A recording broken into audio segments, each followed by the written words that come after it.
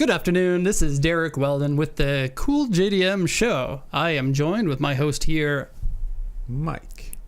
Dennis. In the morning.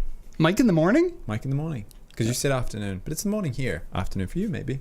Or evening for you. This is an international show. We also have Max here. He's behind the scenes as always. Say what's up, Max. What's up? In today's episode, we're going to be talking about plenty of car updates from the cool people at Pacific Coast Auto. That's us. Derek and Mike had a date, and we're going to tell you exactly how that went and who ghosted who. There wasn't actually any ghosting. Updates on Derek's Corolla 11 TE27 and Mike's FD2 Type R, how we liked it. Our date was a driving date, and we will tell you all about how the cars feel. I was surprised about mine. Did you just wink at everyone? No. We're going to open a present because we have the coolest viewers, and they sent us a present, and Mike and I haven't seen it. Max saw it, and so we'll talk a little bit about that as well.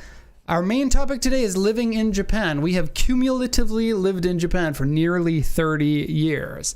And so what is our take on living here from somebody who's been here long-term, medium-term, and I guess not quite short-term? Yeah, on the verge almost of 3 being years. out of the short-term thing. We're going to talk about a Suzuki Mighty Boy and other interesting cars that are coming up for auction soon. Yes, you can buy cars from auction. You guys probably know that. That's why you're here. That's why we're here. And of course, questions. We got more questions than ever from the comments section. And so if you're watching this, not live, post your questions in the comments. We'll get back to them in the next week's episode. So let's jump right in, Michael Dennis. Before we jump in, I just want to say somebody in chat, Mr. Zaid, has said they're skipping their thermodynamics lecture for this. Stakes are high. I hope your lecture's recorded because this is recorded. You could watch this later. But thank you. Thank you for being here, but I'm a little worried if you need that course to pass your studies. Anyway. Right. Thermodynamics. The choice is yours to make. Thermodynamics. Doesn't sound that important. Or interesting. Maybe. I don't know. Okay, so starting into the first segment, it is This Week at PCA. And so, first things first, our update about Drives Japan. We've got a new video on there. I know that we haven't been posting all that frequently, but Max is doing secret work behind the scenes. But we did put this video out, and we are very proud of how this video came together. Yes. This is... Watch it. Maybe... Now. No, later. Maybe our best video. Maybe not our best video. I don't know. You guys always say that. How can we believe it? Because the videos keep getting better and better. Getting better. All right. Yeah. Solid. Evolving. It's a longer video. It's about our 5th endurance race in Japan, and it is all sorts of fun. This is the first time that we ever had a crash on the track. Not you, not me. And also our last time that we let a guest driver drive our car. Those two things might coincide with one another. Yikes. And the last few videos have been doing pretty good. We were doing pretty regularly, about 500 to 1,000 views, and then we did the Lotus, everyone drives Derek's Lotus video, and it got 5,000 views. That was the Corolla video. Oh, the Corolla video got 5,000. 5,700? And then the Lotus video was like 2,000 or 3,000 or something like that. Yeah. And then this last one, just uploaded, we got 273 views in the last 4 days. Which was a little bit of a sad time for us because Max and I worked on it for several hours. It was like, how many hours do you think? Days. Right, that was just like cumulatively like 30 hours or something like that was put into it. Yeah. I just thought of a question because the people who are watching this are likely the people who are also watching the Drives Japan channel. That's why they're here. They're like the top of the top for fans, right? Coolest people. So I was trying to think, like, there's no point saying, like, why aren't you guys watching the video? Because you probably are. But maybe the question is, would you feel comfortable sharing this video with your friends to be like, hey, this is cool enough that I want to recommend it to someone or not? And if not, then why not? Maybe. Yeah, good point. Like some critique from the people that we know love us. Right. Enough to watch our videos. Yeah. Hopefully it's not I feel pity for you guys, so I'll watch your video. Yeah, no, we don't want that. We want you to actually be enjoying your time. So if you enjoyed your time, usually then you'd be like saying to your car friends or something, hey, you should check these guys out. But if it's not at that level, then what would get us to that level? Yeah, that would be good feedback. Right. There may be something that we're missing. Like, we're looking at this from the producer's point of view. Right. We think, oh, it would be really awesome to make content like this, but maybe there's something that we're missing. Maybe people are like, well, that's content that you want to make, but I want to see more of this or more of that. And then, yeah. So please share. If you're one of the regular watchers and you've seen the videos, please, we appreciate the feedback. Thank you, Mike. Thank you. Now on to you, Derek. I like doing that.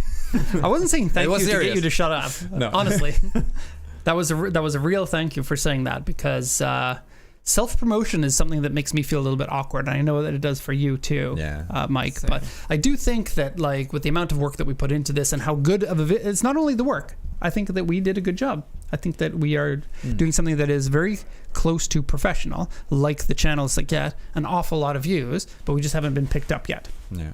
And also, it's old footage, right? So we can only have so much that we work with. Right. That. Yeah. Which is why I will say the later videos are pretty They will sweet. get better. Yeah. You had the camera work. Max doesn't That's have true. to work around my poor camera work. I do wonder how much. It's true. There's a funny scene in this one here where I raise the camera up as you're recording my tummy. Whoops. Max put in a sound effect like the slide whistle. Whoop. Yeah, it's pretty funny. Um, Do you want to watch the first few seconds of the intro? just the intro. Actually, and can we? Race, and I kid you not, we were within an arm's reach of first place. That is until we crashed the car. I know. It's weird. Join us on this roller coaster of emotions in our Japanese endurance racing series. Can you pause it on the screen that you made? Yeah. No, I didn't want to go to An the next ad? video. We're playing. Are we not logged on our own? I think you can get in trouble for that. Oh really? Oh, I'll click this ad and I'll buy that product. And Oh right. Yeah, no. Weird. So that was the intro of the video. Can you pause it on your cool screen that we were talking about earlier? Because this is something... yeah, but you might have to watch an ad. Nope. I'll undo the audio. Oh, that was when we were wait, still this having is to rent after the screen. Lotus. Yeah, it's like a trip back. Yeah. Whoa, Wait a young second. Derek. There That's we are. oh, that was. I Close. don't look that much different. You look Do I? way younger, more youthful, more excited. That one. Yeah. Yeah. That's a little So- bit of a sneak peek because that's what the car looked like after the accident, yes. Oh. after we repaired it. Yes. I do So wonder. Maybe I can share this now. Like Mike was saying, this was good. Every season has different design, and it's all tied together. So all of the videos that are coming all have this kind of Gran Turismo-esque thing with a cool picture and a funny text. So all of those videos have little Easter eggs of text all over the place. So if you stop on specific places, and we see this in the YouTube like analytics too, where people stop and watch and read stuff. It did work. That must be On fun this for you to video, see there's that. a section that has some text that scrolls, and it's scrolling too fast to read. So some people are Going back Going back that's to the read kind it. of fun stuff I put in there for you to discover. Easter eggs from Max. Yeah, Yes. and like Max spent a lot of time designing all the cool, like the purpose is to make it look like a video game, like you're scrolling through a video game and you're choosing your options and going into different menus and things like that. And I think it's awesome.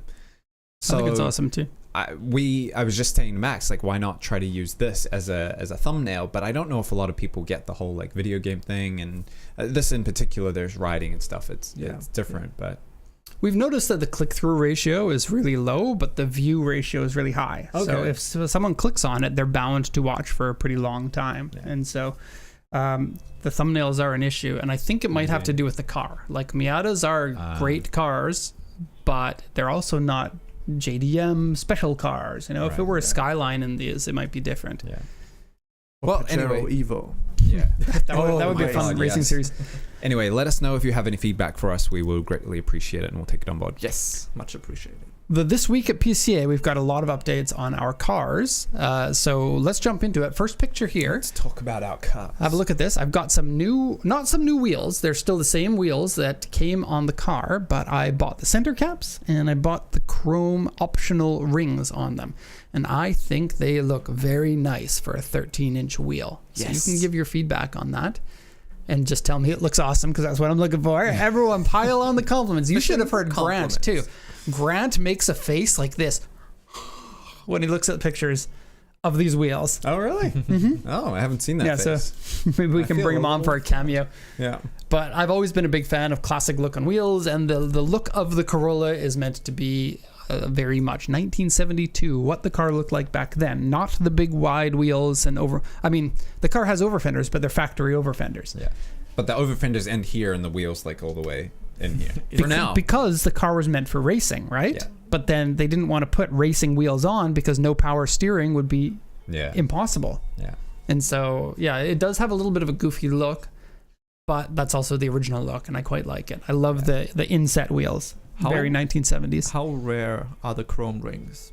The chrome rings? Mm-hmm. The ones that I put on, I don't think are factory ones. I think they're just an aftermarket 13-inch chrome ring that you can put on any steel wheel. Factory ones, I don't know if you'd be able to find anymore. The center caps are factory ones, but they're less likely to get damaged. I think they sell the whole look of the car really well. When you were like, oh yeah, I gotta get the chrome rings and I gotta put them on, I was like, why? I didn't really see it. But then when I see them on the car, I'm like, okay, totally get it. They transform the wheel in a nice way. Yeah, they bring some attention to it, because otherwise the black wheel doesn't stand out an awful lot, especially the 13. Yeah. They're really tiny. Yeah, that's why I was like, get new wheels, do big wide void, slam it. Yep. Next update on a car. That's the only part that I got. This is Max's car. In case you didn't know, Max drives a pretty cool Altezza, and his buddy Nicholas drives the 8.6 behind it, and they went for a drive. Yeah, this is on Mount Haruna at night, if you know what I mean. And there was very poor visibility and slippery roads, if you know what I mean. And was the loss of traction an issue? Or was it a feature? No, it was certainly a big issue. Did your car get worse after driving on Mount Haruna? It did. Why? Because I have a track record of breaking cars on Mount Haruna. Oh, wait. Sure, yeah. The cappuccino that you blew the engine was also on Mount Haruna? Yes. Oh, you should avoid that place. Yes. This is why I was extremely anxious to go there, because I have a track record of breaking cars on Mount Haruna. No, the suspension is completely gone now. Hold on, Mount Haruna is the initial D road. Yes. For those who don't know. Yes. The main one of the main character's home circuit. Yes. Oh, it's such a great place. Anyway, so now your suspension's toast. And we got a video showcasing the toastness. Oh, do we? Yes, we do, but that's not the suspension. So when I got the car, there was this drive line slack. I think in the video you mentioned it right away. If you start going, the car goes like... Yeah. Like back and forth, right? Like back and forth. The shock and the drivetrain. I replaced the transmission mount, and I thought about the diff mounts, but I never knew if that was really the case until I put down a GoPro into it. Oh, this is fun. Look at this. Yeah. So you can see the cracked part of the bushing there. Yeah. So here it's completely cracked. It just bounces around. Yep. And there's not much space to change that, so it's probably going to cost me a lot. I thought you bought the mounts for the diff, yes, right? Like 2 years ago. And then the shop was like, that's a pain in the butt to install. We don't want to do that. Yeah. And now I got a new shop that can hopefully do it. So you knew the problem all along, but I suspected the shop it was like, whoa, too much work. Stuff when I got the car, like, I got a car now, I want to fix it. And then never fix it. I suspect this is going to make a big difference in the way that the car feels, especially with the aftermarket LSD that you have. Yes. Yeah. It clunks and bangs, and probably the housing clunks on something else there. There's other videos. It's an 8-minute video of me driving here. It's Is it a spoiler if I say not only are the diff mounts being replaced? Yes, the suspension is pretty much done too. Like there's almost no oil in it anymore. So I got this. Oh yeah, Max is doing big upgrades. I can read the word Cusco. Yes, at the bottom. It's a Cusco Street 0A. It's the best street coilover Cusco makes. But they don't make any better coilovers than this for the Altezza anymore. So no real choice. Well, but I wanted to try this out for a pretty long time. It's not legal to have in Germany, so... Nothing's legal in Germany unless the company pays through the nose to make it legal, right? Yeah. And there's not many reviews on the Cusco stuff, so it's just like, looks good on paper, let's try. And a trusted brand. Yep. Cusco is Widely also regarded completely as- made in Japan. Do you know who And- makes the shocks for Cusco? Cusco. Cusco makes them in-house. They make them completely in-house. Everything is Oh. made in Japan by Cusco. So Oh, there's cool. no like overseas parts being Right, like many of them are, right? Yeah. So that was one big thing that I was looking for. And What was the completely price of these? 132,000 yen. So like $850 Yeah. US dollars. Yeah. And then installation is going to be an extra 4만 yen? Like Summer. 3만 yen? Okay, Yeah, so so like like- an extra $150 for installation. Yep. And the installation is at a shop that does D1 drifting. So they probably know what they're doing. And price is still And okay. you ask them to set your car up just Yeah. as they would a drift car. No. So you I'm can not go back to drifting. This is Haruna. like a fun road trip car and then Yeah. having fun driving Yeah. it. I can't wait until that's all done and you've got completely refreshed handling. I am would say. looking. I'm still waiting on some of the parts to arrive that I still need. I'm missing some bolts. The front diff mounts I still don't have, and then stuff's gonna happen. Cool. I saw that video that Nicholas posted of the 8.6 drifting in the rain. It was not drifting. It was a fairly dangerous drive, so it happened unintentionally. No, that doesn't sound real. I was watching that Hey, footage. wait a second. That video was AI though. It was AI generated video. I get where you're going here, but Nicholas drives his 8.6 like a hoon. Yep. And the two, like, he was following you, right? He wasn't Yeah. falling behind in a car that's clearly lower in power, Yeah. right? So maybe you were driving a little bit gingerly. You think with the upgrades here, you're going to be able to take him on the toge? Yeah, I don't think it's an upgrades thing. It's a driver's thing. So Do you think he's braver or higher skilled? And he's probably I don't watching know. this, so choose don't your know. answer wisely. we said And we are Nicholas, feel probably- free to write your answer too. after driving even in not wet, we said we're probably just similar level of driving. Both of you guys really like the Initial D arcade game. Yeah, we do have our own club. So you and do- everything. Ooh, cool. Anyway, We let's haven't been continue with invited Do you have to that. t-shirts? We have lots of stuff to talk about, so let's continue with it. Grant has a new car, and I've got a picture of it here. I'm going to show you first his current car. Yes, this car is going to be up for sale through Pacific Coast Auto, and we're going to help export it. The car is awesome if you're looking to get a fit with some great upgrades and some very good attention to detail put into it. Let us know. Yeah. First, we're going to make a video about it, a compare and contrast with his new car, which is this. Woohoo! This is his Suzuki Swift. These two cars, Swift Sport. Yes. Grant can definitely tell more about the condition of this, and I do want to leave a little bit of curiosity for you guys to watch the video of the comparison between the two of them. I love cheap cars and comparison between cheap cars because most people are not going to be buying Skylines and Supras to compare them. They'll be buying cars like this, which are very, very good value for money and can be very sporty and nice. The Fit has a 6-speed manual. The Swift has a very sporty engine, considering the size.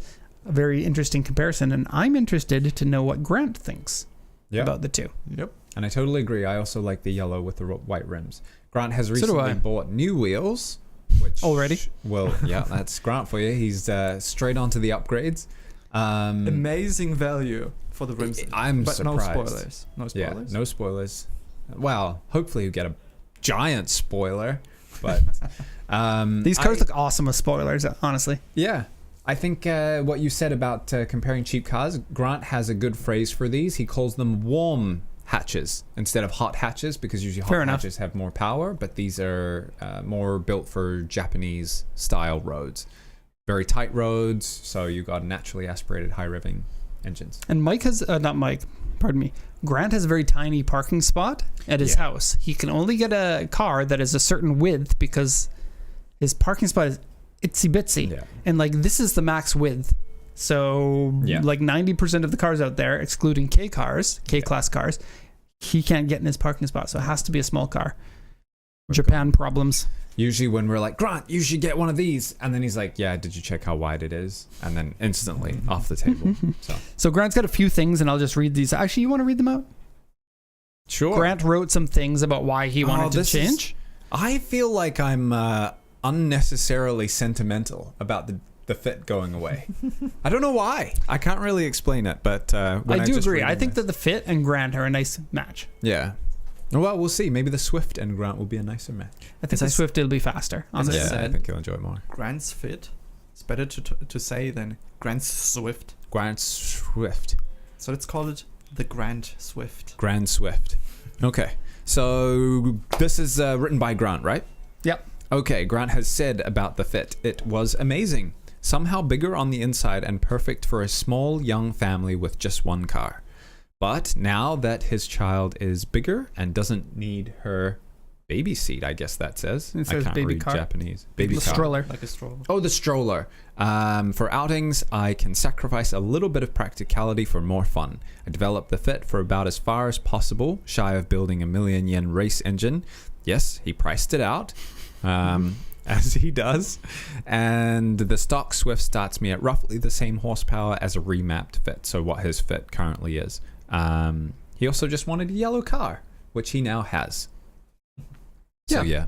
The baby stroller thing, with what Derek was saying about the small parking spot, trying to fit a stroller alongside the car was a big struggle. So now that they no longer need that, it's Swift time. Oh man, the time in a new family when you can stop using the stroller is an epic time. Yeah. For those who don't have kids, it is so nice. Strollers are such a pain in the butt, finally. especially in Japan. It's like, oh, if I want to take the elevator, then I got to go all the way out of my way to get to that elevator to go down, or I'm carrying that up the stairs. Yeah. That would absolutely Not be fun me. at all. I'm like, I'm not walking down there to go to the elevator. Okay, so last time, one more picture. Oh, And you guys know how much Grant despises Land Cruisers. Well, lifted Land Cruisers. we intentionally parked a lifted Land Cruiser next to his car just to kind of rub it into his face. Like, you could be getting something cool Yeah. and manly Yeah. and alpha. But you got the Swift. Well, Yeah. the price difference between the two is quite significant, I'm not going to lie. But it's also, you could fit 2 Swifts so you're getting double the car. At least double the car. And if Grant wants to park that at his house, he has to have less of a house by constantly crashing into it. to I fit think the he just car just parks. climbs up. Yeah. Yeah. Yeah, so that's just a picture we wanted to show. Next, It was a would you rather, Grant. right? We still haven't got Grant's. We kind of know what Grant's decision. going to say. Yeah, I'd probably go for the Land Cruiser. We're a Anyway, little bit moving on. afraid that we want to show him the picture, but not inside the office because we don't want him to throw up on the carpet. Tiny little plug. That Land Cruiser is gonna get a report on YouTube. Oh, cool. So you're And gonna see it on the YouTube. It has a little bit of rust problems, but Land Cruisers are Land Cruisers, and they are all awesome. Can I go a small side note? Yep. So I saw the rust on the rear by the window. Yep. I hope the customer's okay. Well, it's going on YouTube, so they're okay with it being out there. And you get in the car and there's a cracked dashboard and there's some things, but you don't care. You get in, you're going to go off-roading. You're going to get some bumps. You're going to get some dings. Things aren't perfect. But it's so right. capable. I like to compare them to skateboards. Like you see someone skating on a skateboard that doesn't have messed up paint on the underside of it, and you're like, you don't really skate. That hangs on your bedroom wall or something, and you got it because of the design, and you don't want to ruin it. And sure, Land Cruisers are cool, and I don't blame you for having one in good condition. But if I see one that's all messed up and has dents and dings and scratches and stuff like that, I'm like, at least you're using that for what it's supposed to be used for. And it's not that bad. It's just some of the things where you'd be like, if this was a car I really wanted to care about. And anyway, yeah, it's awesome. It's lifted. I hope they go off-roading and send us videos. We had 2 people to send a mysterious email to Jacob. Oh. I'm not going to read the emails because they ended up being a little bit long, but we had some people send in some rather amusing emails to Jacob because last week we said, hey, if you are interested to see what Jacob looks like in a air vest, please send Jacob an email. And then I gave you Jacob's email address. Did we say that or did you say that? I think we did. Officially, anything we say on the show comes from us. Right. And so we are, now that we got those emails and you did what we asked you to, then we're going to show you the image. And so I'm not so sure why he took it as a reflection in the window of a car that he was reporting at the port, but you can see him there, tattoos and all. He's not wearing a shirt underneath that. So Jacob and I had a little talk about making sure that that vest doesn't stay stinky in the office. I believe the term he used was bare nips. What? Yeah, he said that. Tattoos and all, cool hat, cool pose. I know you don't get to see Jacob too much, but consider this a teaser. And if you want more, you know who to email. Yeah. Okay? And that's all for the this week at PCA. It was a little bit longer than normal, so let's... Oh, no. Our road trip, our date. Right. This is kind of a bigger topic, so let's get into it. Small real note, quick. we had someone come visit us and give us presents. Yeah, that's and they really managed nice. to see their car at the same time. Yeah. Small note, if you do want to come and visit us, if you're in Japan on holiday and you want to come see us, give us some warning. It helps. Mike's complaining, even though this customer gave us chocolates. No, I'm not complaining. It just so happened that the customer showed up the perfect time to be able to see his car, like 45 minutes before it was picked up to go to the port, and like one day after it had come back from the shop from getting some work done before export. So everything was perfect. They were absolutely lovely and delightful to be around. It was really nice. Yeah, please give us some warning if you can, and we can, spend a little bit more time or arrange things if we can. I felt a little bit bad that we had to like rush the customer and everything. Yeah, I understand. Okay, so Derek and Mike's road trip. We took a number of pictures on a road trip, and I'll quickly go through these for time purposes. So Yes. Here's a picture of us. This was actually taken at the end of the day, but I think it's the best picture to kind of sum up how it went. Me in my 11. And Mike in the FD2. These are both newly registered cars, so brand new to us. This is Mike's second kind of driving in the mountains trip.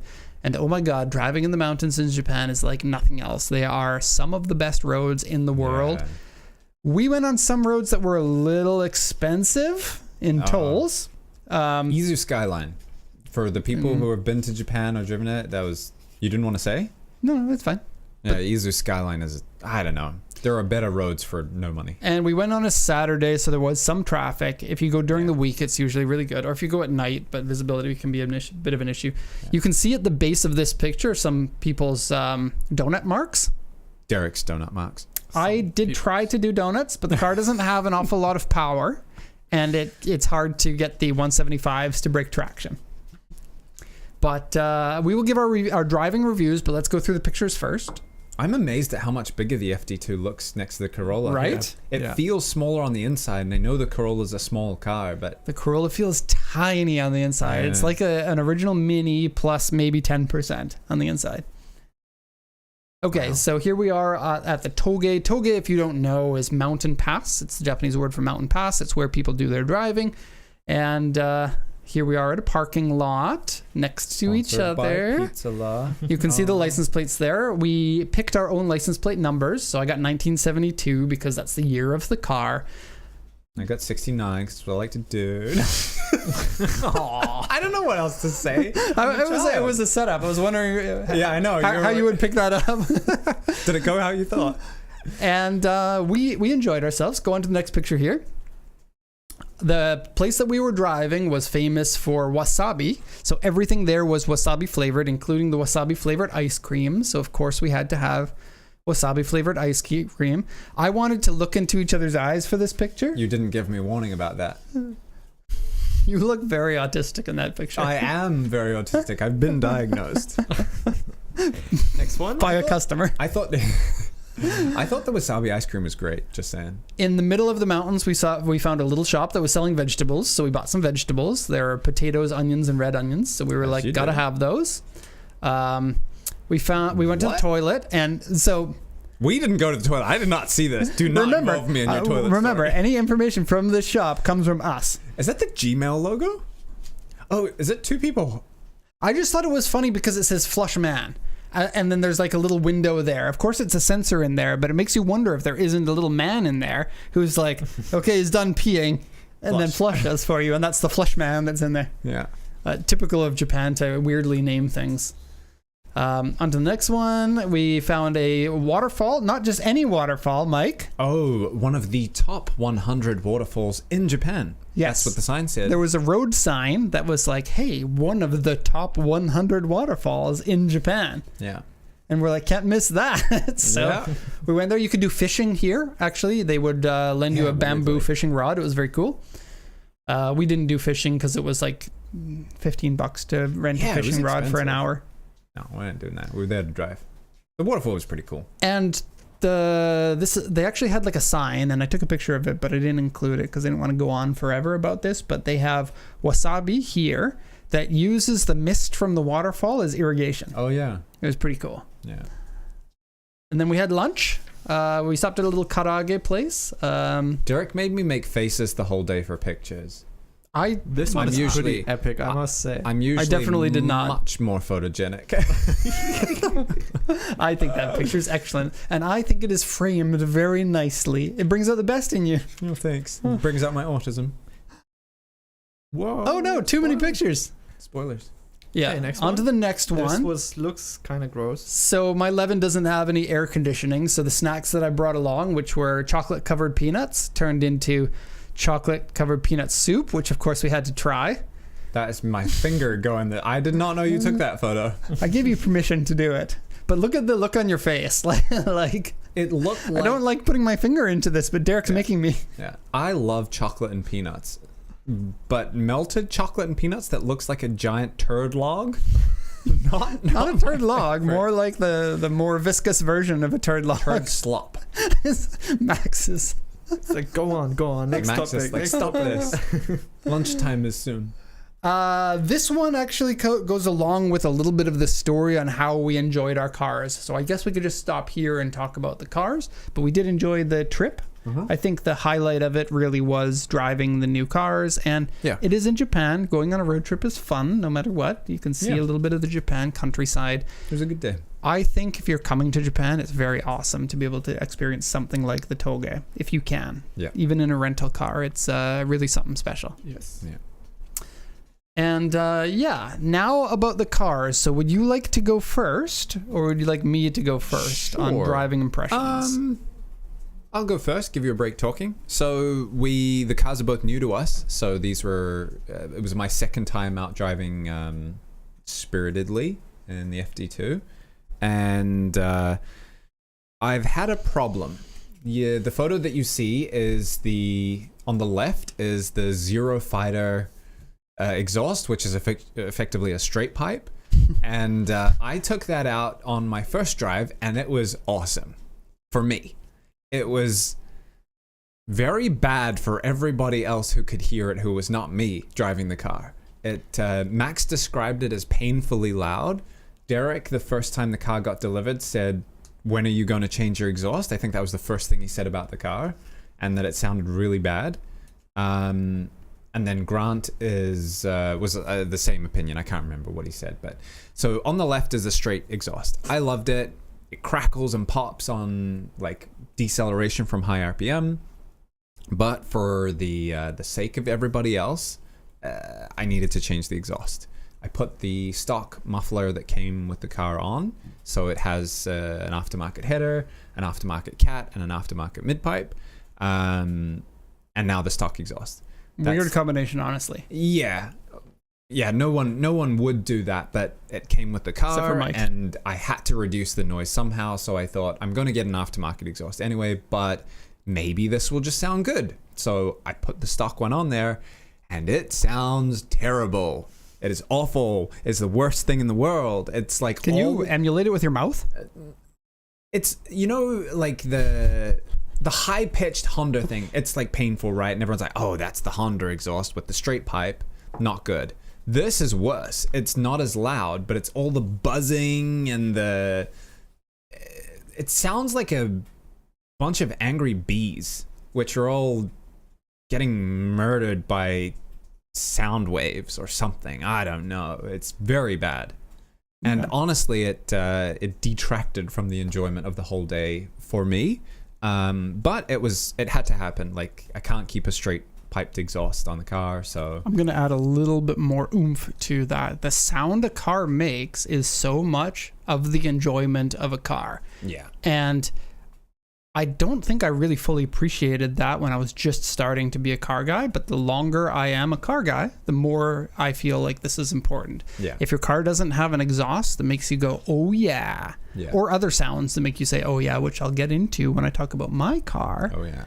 But your experience was muffled a lot, Yeah. for lack of a better word, because of the exhaust. Yeah. But otherwise, the Type R is bitchin', right? Yeah, the Type R is great. It handles fantastic. I was trying different things. So much faster than my car. Yeah, it's fast, but honestly, like, you don't feel like driving as fast when the exhaust is that bad. Like, That's if weird. You get into VTEC and the car's just like, and you get buzzing and rattling and metallic sounds. So how are you going to fix that? Well, we'll go into that another time. But there's in the works. Foreshadowing. You're going to have to watch the next episode to find out what Mike does about his exhaust. So I'm he's going to buy another exhaust. Yeah, that's definitely happening. And a tune. Well, okay, just give it all away then. Yeah. No, I was just asking, but now you gave it away. This is a question. I'm taking a leaf out of Grant's book. Grant is the one who modifies his car the most, closely followed by Max, I would say. But Hello.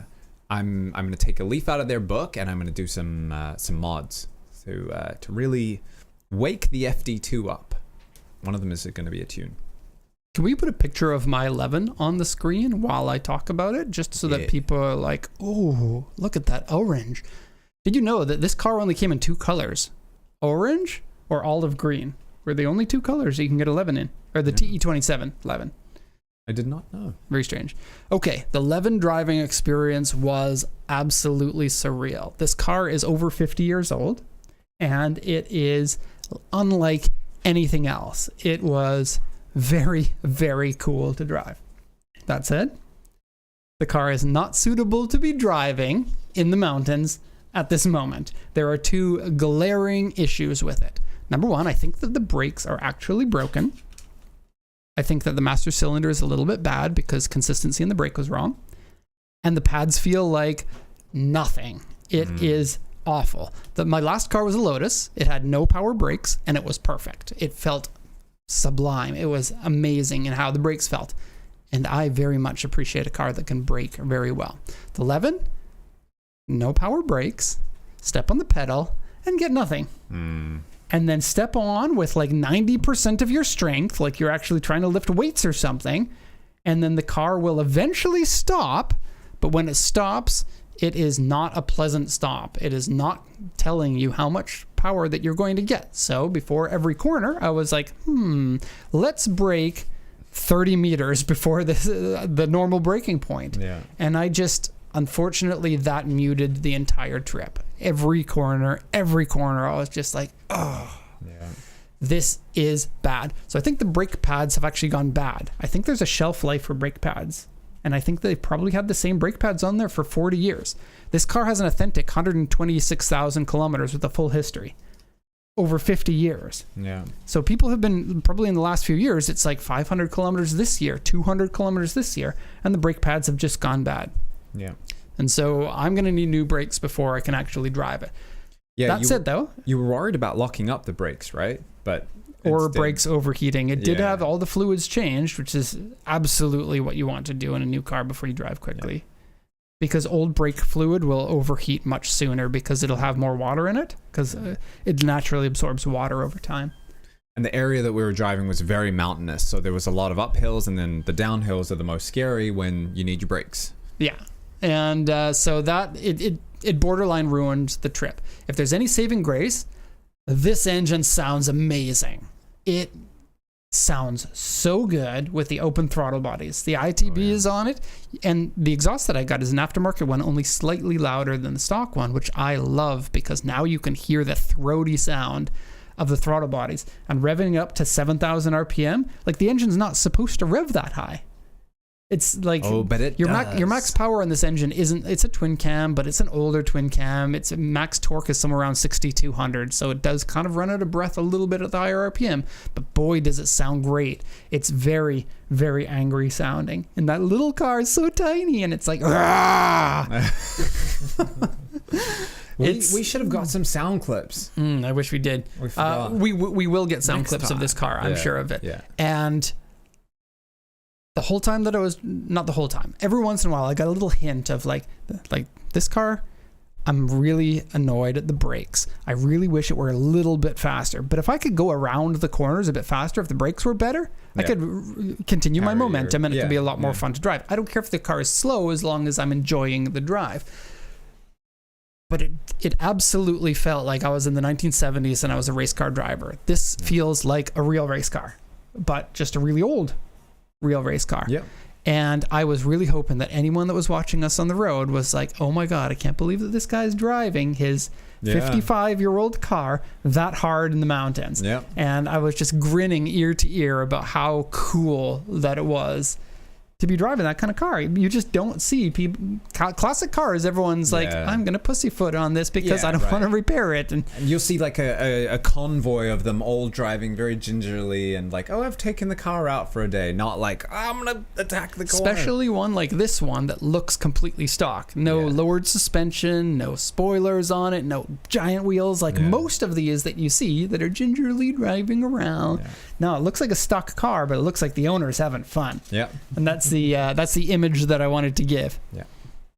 I think that's all I had to say. Let me just go over my notes. Oh, I think cornering was actually really good. Right. I was surprised at how planted it looked, and I think I was so happy to hear you say that. The compliments, loves them. Oh, love my car. No, but like because of the lightweight. I used to follow my friend's R32 GTR a lot when we were driving, and the body roll and the stock suspension on the R32 is crazy. Like, for anyone who's had one or has seen one driving, like, they lean over like crazy. And I was expecting, Derek's got a 1972 car. With stock suspension. I'm expecting to see the thing, like, you know, pretty much on its side. But it wasn't like that at all. Such lightweight, I think, just kept it pretty planted. Yeah, same weight as the Lotus Elise. Yeah, and you said it felt good in the corners too. Oh, the other thing, I mentioned at the beginning, 2 glaring problems. The brakes were one problem. I think my steering's broken. Right. I think that to get the play out of the steering wheel, you can tighten the steering box, but you can tighten it too much, and I think it's been tightened too much. You can't hand over hand, because with all of your strength with one hand, when you let go, you can't keep the steering wheel from going back straight. Yeah. And once you get more... Sorry. When you're steering, right... You do that. So your arms aren't leaving the steering wheel. But on Toge, you can't do that. So you have to shuffle a little bit.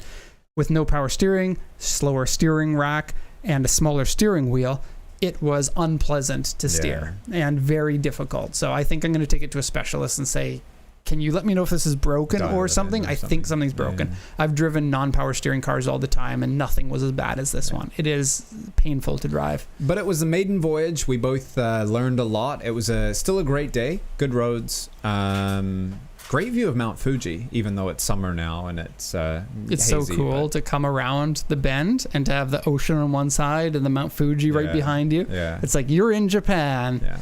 Enjoy yourself. I definitely want to go back. But we both have upgrades planned before, maybe not before the next drive. I want to do another drive immediately. I want to get funnels on my ITBs to make even more sound. Yeah. Okay, we got a present from somebody. And is it present time? Max already knows what the present is. And he just checked it to make sure that nobody sent in something that we can't show live. Like, what? I'm not going to say. Some guesses in the chat of what shouldn't be sent to us because we can't show it live. Ouch. Live, it's a big box. Live Japan reaction. Currently, live a typhoon is hitting Yokohama. Oh, is it right now? Yep. It is That's raining why it gotten so today. dark all of a sudden. We're currently in a typhoon. Unboxing cool things on the cool JDM show. So this was sent by a customer of ours. Can we just open it? I'm gonna. You can open it from the front. Can't see it. I'm trying to make it like good for viewing. Do I need to do something? I can help you. You could do that, yeah. Max's arms are currently in the stream. It says it has been X-ray checked at IMEC for safety. Okay. So open, you can. Do you want to? You know more about this. So do you want to introduce it before we open it? No, we're just gonna apparently open it? We're supposed to open and then read the letter after. Yeah. Okay. There's a little letter in there. No, wow, there's a lot of stuff in here. Green screen. They're gonna know. Oh wow, there's a lot of stuff. Okay. So you can't spend too much time because it's an hour and a half show and we're very strict about timing. We on the show always stay on time. I have to say, wait. You can read the first part of the letter there, but not open the letter. Dear Derek, Grant, Max, and Mike, everyone else that works at PCA, not to you. He also said that he apologizes for not mentioning everyone, especially Jacob. Jacob is part of the clique as well. Dear PCA. Fair enough. Yes. Customers sending me stuff and I'm complaining immediately. Yeah, I'm so sorry. I wanted to say before we started, thank you very much. This is a huge box. I think people can see that. It is very big. I send boxes back to my family fairly frequently, and I know how expensive it is, so this would not have been cheap to send. So thank you very much for sending such a nice gift. I'm sending this surprise package for your enjoyment during the Cool JDM Show live stream. This is my appreciation for one of the coolest companies in the world. Wow. I like this guy. And we need to call our fans the Cool JDM fans. Cool JDM fans. Cool JDM bros. And I'm so happy you keep doing these shows. Some of these things in the package need explanations, so better to unpack the whole package first before reading the remainder of the letter on the other side of the sheet. Best, blank. Here's the other side of the sheet, which is fairly long. Are we going to read the whole thing? Have you read it? I have not read it, no. The guy sends something to the show, so we should probably read it. Okay. I don't mind if you read that, because I'm not very good at reading. But let's go through things. Guys go on. Max knows First, more. the cars, because you know. Oh, me. there are cars! Okay, so this first one here, a model. I don't know if we want to bring that closer to, you can see that. This is a Hakosuka that has been modified with huge overfenders, like an N2 style overfender. What's that one? It's written in Japanese. I think an old Gloria that has also been modified. They look Cosmo. like they're from Japan. That's a rotary. Cosmo? Oh, these are so cool. These models with the big overfenders. They look like they're pretty rare. Like they don't have names or anything on them, so I don't know if they We get to keep them on our desks. But they look like they're from Japan, so we might have bought them for himself. Right. I feel a little bit bad. There is some story to it. And a pink one here, and this is a Cosmo again, an AP2, and this one is AP1. So first and second generation Cosmos. No, not that first. Second and third? I don't know. The Cosmo. This person who sent all this stuff is extremely knowledgeable, so you have to be careful speaking about cars around him. We got a handful of flyers. This first one you hold up. That one's Honda Jazz. The Honda Jazz is a trim model of the Fit. This is from the Netherlands. Yes. Pardon me. This is so cool. That's the city here. The city. Yeah. For that generation was the city, and the later generations was the Fit. Oh my God! Look at this. Well, I really want to take care of these. Read what it says. No way. Bosuzoku style coloring book. Something fell out. This is actually the person who sent it in made this. Oh, really? Yeah, look. Oh. Cool style too. Like they've got all of the original. Okay, that's cool. Oh, this thing is very, very cool. This is we got a handful of them. This is what you want to get for your kids to get them into the JDM lifestyle. I don't know if that's easily visible, but I wonder if we could maybe give some of these away, because he gave us tons of them. Yeah, that would be maybe fun. at some time. Do you want me to read something out loud about these while you look at them? The Bosuzoku style coloring books also have a story. About 16 years ago, I had a fascination with Kaido races, and I also started a blog about these on bosuzoku-style.com. I didn't know much about them, and here outside of Japan, they were simply called Bosuzoku style cars. Hence, I chose the name for the blog, called Zokusha, or Kaido races in Japan. The blog became very popular, and I created a coloring book for my son's 3rd birthday in 2019. I reprinted them, but there were so many of them that after all these years, I'm still stuck with a huge box of them in the attic. I'm sure Derek won't mind the PCA stuff, coloring and doodling whilst making bits for their customers. We should have a coloring competition and then have the people rate us for how skillful our coloring is. Yeah. This next one is the yes please. I have been looking for one of these for my desk. I already have one Hot Wheels size of the same car, but it's been modified in a way that's different from my car. There's Bosuzoku style stickers since 2009. Yeah. Ta-da! Wow! It's my car. Cool. The Trueno. Very cool, right? The Trueno. Trueno.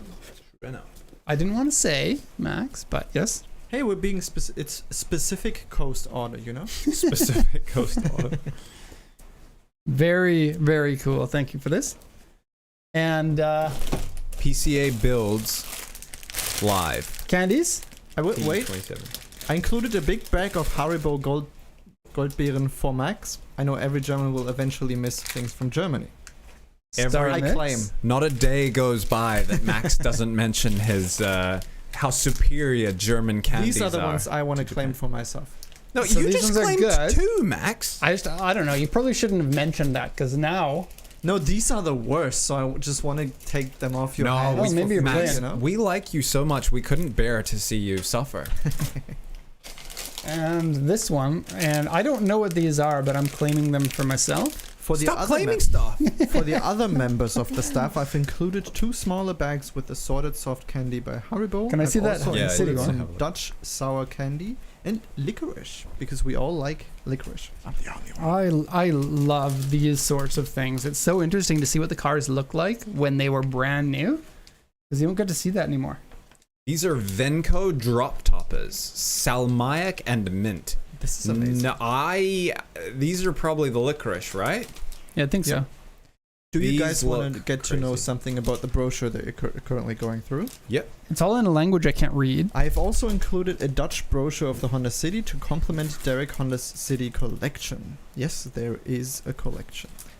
In Japan, Honda advertised with Madness performing popular ska music, but here in the Netherlands, Honda called it the Jazz. This was in line with the Ballade, Concerto and Prelude names, but it was ill-chosen, probably due to the image of jazz music with the younger generation. They completely ignored the car, and the demographics of people driving the car were complete opposite of Japan. Over here, during the 80s, predominantly elderly women drove the Jazz. I can confirm with the current generation too. Hey Jacob, how's the weather? Incredibly well. It's good weather.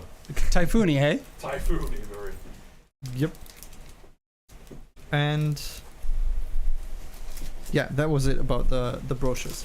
And then there is some side story about the little cars that you got that you probably find very amusing. The Bosuzoku style mini cars. All of these were gifted to me by my friend Daniel O'Grady as a Patreon giveaway. Oh, so those are the wasabi cars. Yeah, I think Cars. Derek also knows Daniel. When I was still self-employed, these were all proudly on the shelves in my office. They have been sitting packed up in a box for the past 7 years, and they would have remained there if it weren't for Derek. As Okay. Derek surprised me with the 11 purchase, I thought I'd better surprise him with a matching orange 1972 Tuono TE 27. The smaller scale models are for Grant, Max, and Mike, and probably Jacob. Wonderful. Yeah, we all have a lot of cars on our desks, Yes. so We were add to the thinking- collection. Okay, next show we'll take a photo of our desks with the newly added cars and we will show those off. And we will... Oh, we want to pop those in here. I don't want anything to get damaged. Oh, sorry. Mike, think of the time.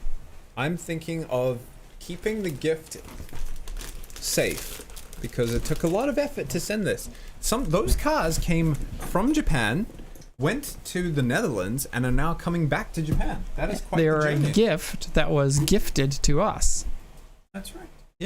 And now we can give them, No. pass on the gift. It shares the happiness of that gift. It is fun. Thank Thank you you. so much. Yeah, Yes. thank you Yeah. very much for Thank sending you. that. Next segment. No, Derek and Is- Max have not been able to claim any of the candies. Just want to make that clear on the live show. It's on the internet. You can't refute it now. I guess so. It's true. The next topic is industry topics and news. And so the title of this is 29.25 years living in Japan. That's actually putting our amount of time in Japan, adding them up. But it's only the Cumulative. three of us. Grant's cumulative. Well, Years we're of the ones in the show. Yeah. So I didn't So want to it's, add everyone who lives in Japan because There would be hundreds of years. and we'd have to ask the people, how old are you for those who were born here? No good. We don't want to know their ages. No. There's rules against here in Japan. There's rules against asking females their ages. It could be considered Punishable harassment by death or samurai. or samurai. Punishable Like you by might a win. crew of samurai. Oh, You might lose. So we want to talk about what it's like to live in Japan, and I've been here for 19 years now. You've old. You've been here for 7.5 years. I'm old. Max has been here for 2.75 years. You're still young. That's lucky. where the 0.25 comes from. You two, well, I actually didn't do, because once you're up to 19, you don't go there. 19.5 years. What are you trying to say about us? Like kids are like, I am 4.5 years old. Yeah, 4 3/4. You guys are both kids, and I'm able to drink in kids. Japan now. Lucky. And my overall impression of living in Japan has gone through different opinions on that. At the moment, I'm very happy to live in Japan. I think Japan is an amazing country to visit and an amazing country to live in. But I don't think that everybody really understands what it's like in Japan, because everyone's image of Japan is what you learn from the internet. And the internet has a way of sensationalizing and fantasizing, fantasizing. Fetishizing. Sure, fetishizing Animalizing. what it's like to live here. And so I'd like to kind of dispel some of the myths and let you know my opinion. Mike can let you know his opinion, and Max can do the same thing. So I've got a few topics here, and we can give our heads up. While it might sound a little bit negative, I think the thing to understand is that every country, if you're giving your opinion on a country, basically you're critiquing it and you're giving a critical view on it. And if you are from another country where things are done differently, Japan can be seen as a place that seems a little bit crazy, because what to you seems normal isn't necessarily done here. And I think that's the biggest takeaway for people who have never lived here before, is you can't assume that your country is the right way to do things and Japan's doing things weird. Because to Japanese people going to America or Canada, they're going to experience the same sorts of things. So, first one, living in Japan, I think it's pretty easy to get along here with the amount of money that you can make. But most foreigners living in Japan are probably going to be teaching English, because that's the biggest job category. Yep. Salaries for teaching English are very low. It's survivable, but it's very low, especially compared to other countries where most of the Western countries tend to have higher wages. So be taking a step down in wages if you're going to be moving here. And teaching English is not exactly everybody's cup of tea. It certainly is mine. I used to work at a preschool in Canada before I moved here, and it was like education really was something that I'm passionate about and continue to be. And it just worked out really easy for me because I had experience working at a preschool. I got a job at a good preschool here. The preschool was good compared to other preschools, but the industry is fairly dirty. I was going to say, in general, the industry is pretty The teaching English industry is very much more about money than education. And if you are interested in education whatsoever, it can be very difficult to find a place where you feel like you're actually making a difference on the students. And this can be seen in the average English ability for Japanese people. If you're from Europe, like Max is, you might be a little bit surprised at how poorly people can speak English, because Max, being from Germany, a lot of people can speak English there, even though it's not their first language. That is true. Come to Japan, and even those who have studied a lot of English might be too nervous to speak to you in English, or too inexperienced, or too uncomfortable, even if they had the high enough ability to. Right. Can I put a small anecdote on that? Give me big anecdotes if you have them. Just little ones. This morning, I'm currently waiting on an Amazon package to get delivered, and my Japanese ability is very poor. Poorer than it should be for how long I've been living here. Try living here for 19 years. So the driver called and he was trying to understand when he could deliver my package. So in the limited Japanese I have, I said, could you deliver it after 6 p.m.? And he's like, I can't do that. And the conversation went on us trying to arrange delivery time. And eventually he said too many words that I didn't understand. And I switched to English a little bit. And I was like, Saturday and Sunday, anytime is okay. And that part was in Japanese. And then he had not said a word of English the entire conversation, but when he heard me speak English and he realized the conversation was kind of breaking down a little bit, he switched to English, and you could tell he wasn't fluent like Max or somebody who had, who knew how to speak English well or even spoke English frequently, but he knew enough to get by and we could kind of communicate. And I think That could be so relieving, honestly. it was, because I was like, the conversation's getting to a point where I can't continue it. I would have to stop the conversation, translate something on my phone, and then try to read it back to him.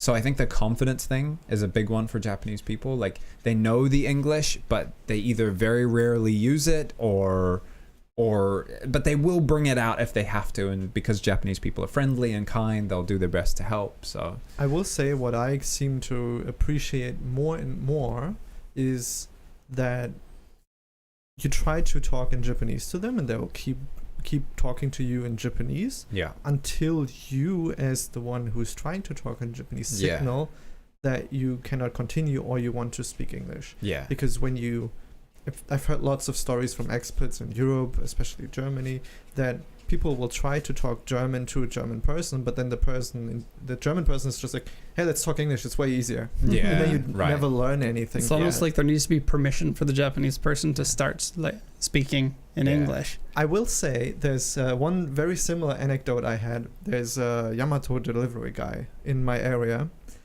He delivered a package to me. We do everything in Japanese. Everything was all right. We were finished with that, and then he breaks out in absolutely perfect English, like, "Hey man, so how long have you been living in Japan?" Well, And we had like the weirdest conversation with him having absolutely no accent at all. wow. It was. Did you ever find out how he learned? Because that sounds like he lived overseas if he didn't have an accent. Yeah, I think he was overseas at some point, but I forgot. Yeah. But every time I get packages, this guy comes up and is like, "Hey man, what's up?" Yeah. It's really funny. I think it's fairly desirable for Japanese people to study overseas, at least for a short amount of time. Yeah. And so those people who have studied overseas oftentimes might be a little bit more eager to help you in English. Yeah. They're still nervous though. Like, I think a lot of Japanese people are self-critical to a higher degree than they need to be. Like, their English is actually pretty good, but they're like, well, it's not perfect, so my English is bad. And it's not the case. Their English is completely passable. They just are nervous of using it in front of a foreigner or something like that. I think in general, without Japanese ability, how do you guys feel? Like, we were all in Japan with no Japanese ability at some point. Right now, for me. It's getting better. Is it livable? Yeah. Completely livable. I almost want to have like a video dedicated to, because a lot of people say, okay, there's many points to this, but the number one thing you hear people say is like, foreigners come to Japan and they try to do foreign things and they make a fool of themselves and they can insult local people and disrespect cultures and things like that. Obviously you don't want to be that kind of person. That's way on the other end of the scale. But me, as somebody who knows like key phrases but very little Japanese ability in general, I'm able to survive and live here, and I have done for 7.5 years. And my Japanese ability has improved like very small amounts. I've never spent time sitting down and learning Japanese, and I can still get by in my day-to-day life completely fine. More so than I could in any other country, and definitely more so than I could in a Western country if I didn't know English.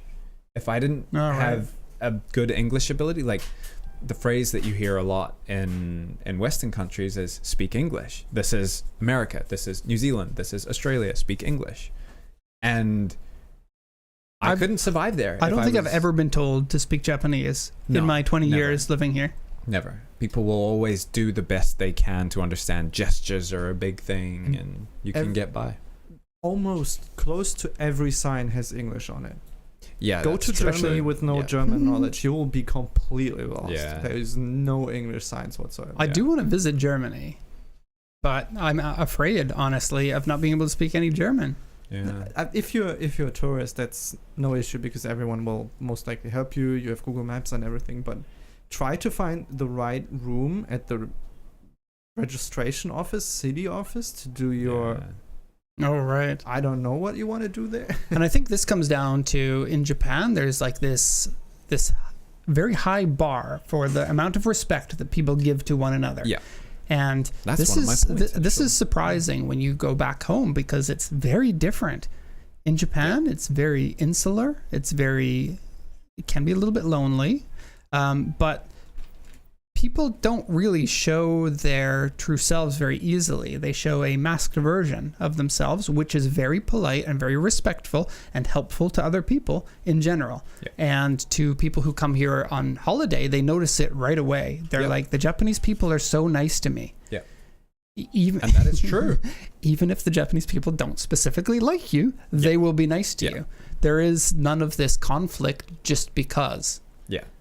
And I think that, like, I usually don't want to be speaking in stereotypes and like saying a black and white issue, like everything is gray, but in Japan, this is as close as we normally get to a black and white issue. The amount of disrespect that I've gotten here is very, very, very little. Yeah. And especially as a foreigner moving to Japan, people always complain about foreigners coming in, stealing the jobs, you know, coming here and not integrating well enough. I, as a foreigner, don't get to experience any of that. My wife did when she lived in Canada all the time. Yeah. But in Japan, you just don't get that. And so you do feel a little bit more comfortable, not a little bit, a lot more comfortable here as a result of that. To make that a little more gray-ish? We're white people? We're white people? Is that where you're going with this? Could be one of the directions, but it could also be that you don't notice it as much, and it's more like talked about in a setting where you're not there. Right. I think that and this is how where it comes down to the respect. Even if they don't like you, they'll be respectful to you and they'll be polite to you and whatnot. And yeah, a little bit of a commentary on the color of the skin. There is a hierarchy. If you're another Asian person from like another Asian country, you do get looked down upon in Japan. You do get comments and stuff like that on a much higher level than white people. Yeah. But we don't get to experience that, so it's hard to really understand what it's like to be on that side of it. I'm sure there's some people that are listening to this and they're like, that wasn't my experience. Yeah. I can only speak from my own experience. And I think it's important to mention that, generally speaking, I would think that many Japanese people see that the Japanese as the king of the Asians. Like every other Asian is below them on a hierarchy. I think that I don't mean to be calling people racist because that's not really what we do in this show, but generally speaking, in many countries outside of the West, it's generally more culturally acceptable to speak out about people that you believe are, I don't know how to put this in a way that sounds correct to people who are from the West, but it's very much culturally acceptable to say something like, I don't trust Chinese people here. I hear it all the time. Right. I think the problem there is that Japan is like 98% Japanese people. So these common sentiments get amplified a whole lot. Whereas I come from New Zealand and like it's just tons of different races. There isn't really that like prevailing voice or anything. But what you were saying about like the society here, that's one of my big notes here, and that society here is very comfortable. It can be isolated, but like you can go out into the middle of town and not be in any danger. You can, for the most part, walk home at night, depending like some certain areas. Isaiah came here and he's like, you can walk alone? Yeah. I was so surprised to hear him say that. There's no violence. People don't like, hey, what are you looking at? Or you got a problem? Like it does not happen. You get that on the daily in Canada. Yeah. Like you can't go out to town or the city at night in New Zealand without that happening and without seeing a single fight. Like here, it's just safe. I've seen one fight here in 20 years. Yeah. I don't go to bars, but I saw one almost fight, and it was with a foreigner who was from New Zealand. And I not was from just Australia. Like, no, I was looking at him. I was like, dude, why? Don't do this. Not the place. But yeah, you can like navigate your daily life and be completely comfortable. Yes, there are still some concerns, but compared to the rest of the world, they're minuscule and they're so rare. So I think that's a very easy factor of living here. I will say this is also a perspective of 3 white men. We already talked about the racism. Yeah. We're not going to be racist anymore. And we can't be sexist and racist in the same conversation. Oh yeah, you said men, didn't you? Yeah. Yes, I did. Are you a 3 feminist? white men. Right. We are definitely not getting into that.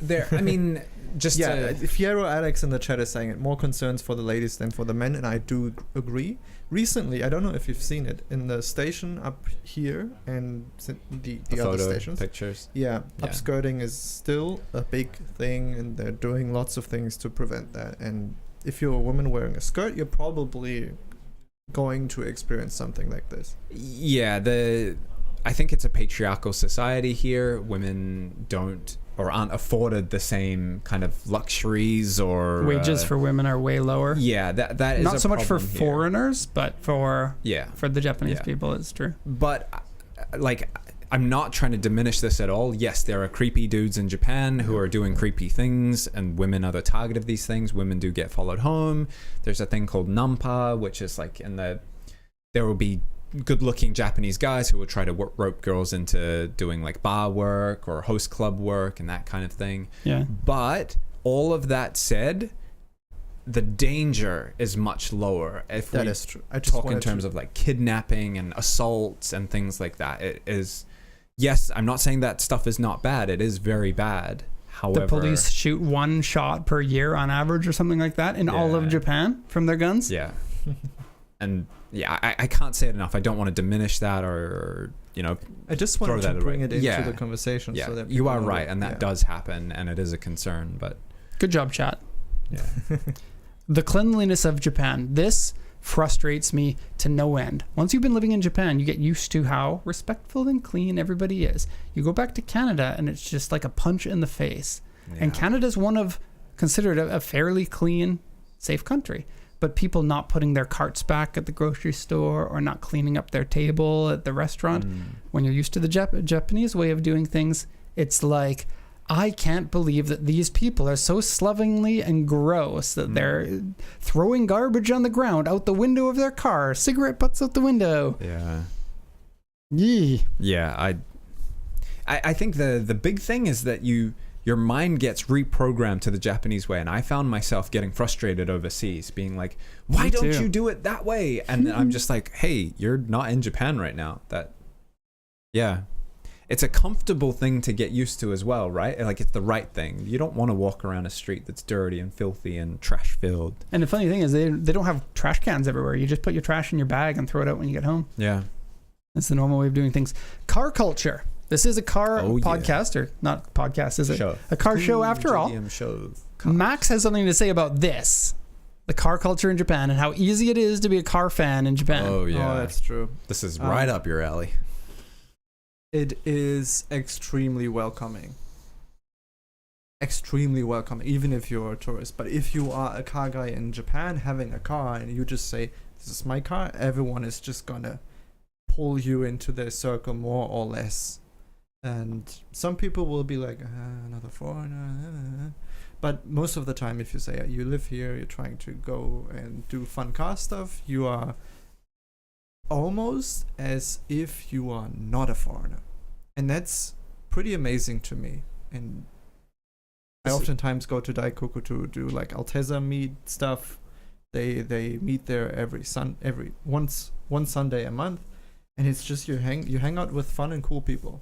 I was going to say, this is specifically the Alteza people, Yeah, but also but broadly. Broadly everyone. speaking too. And also car culture here is so diverse. Yeah. Like in Germany, the Golf people shit on the JDM people. The JDM people shit on the Hero Poop. people.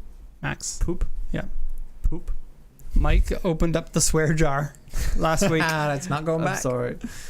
Yeah, So it is. But that yes, just- the it doesn't hatred from seem- one car to the next, or I don't like your style of modification, Yeah. almost doesn't exist here. No.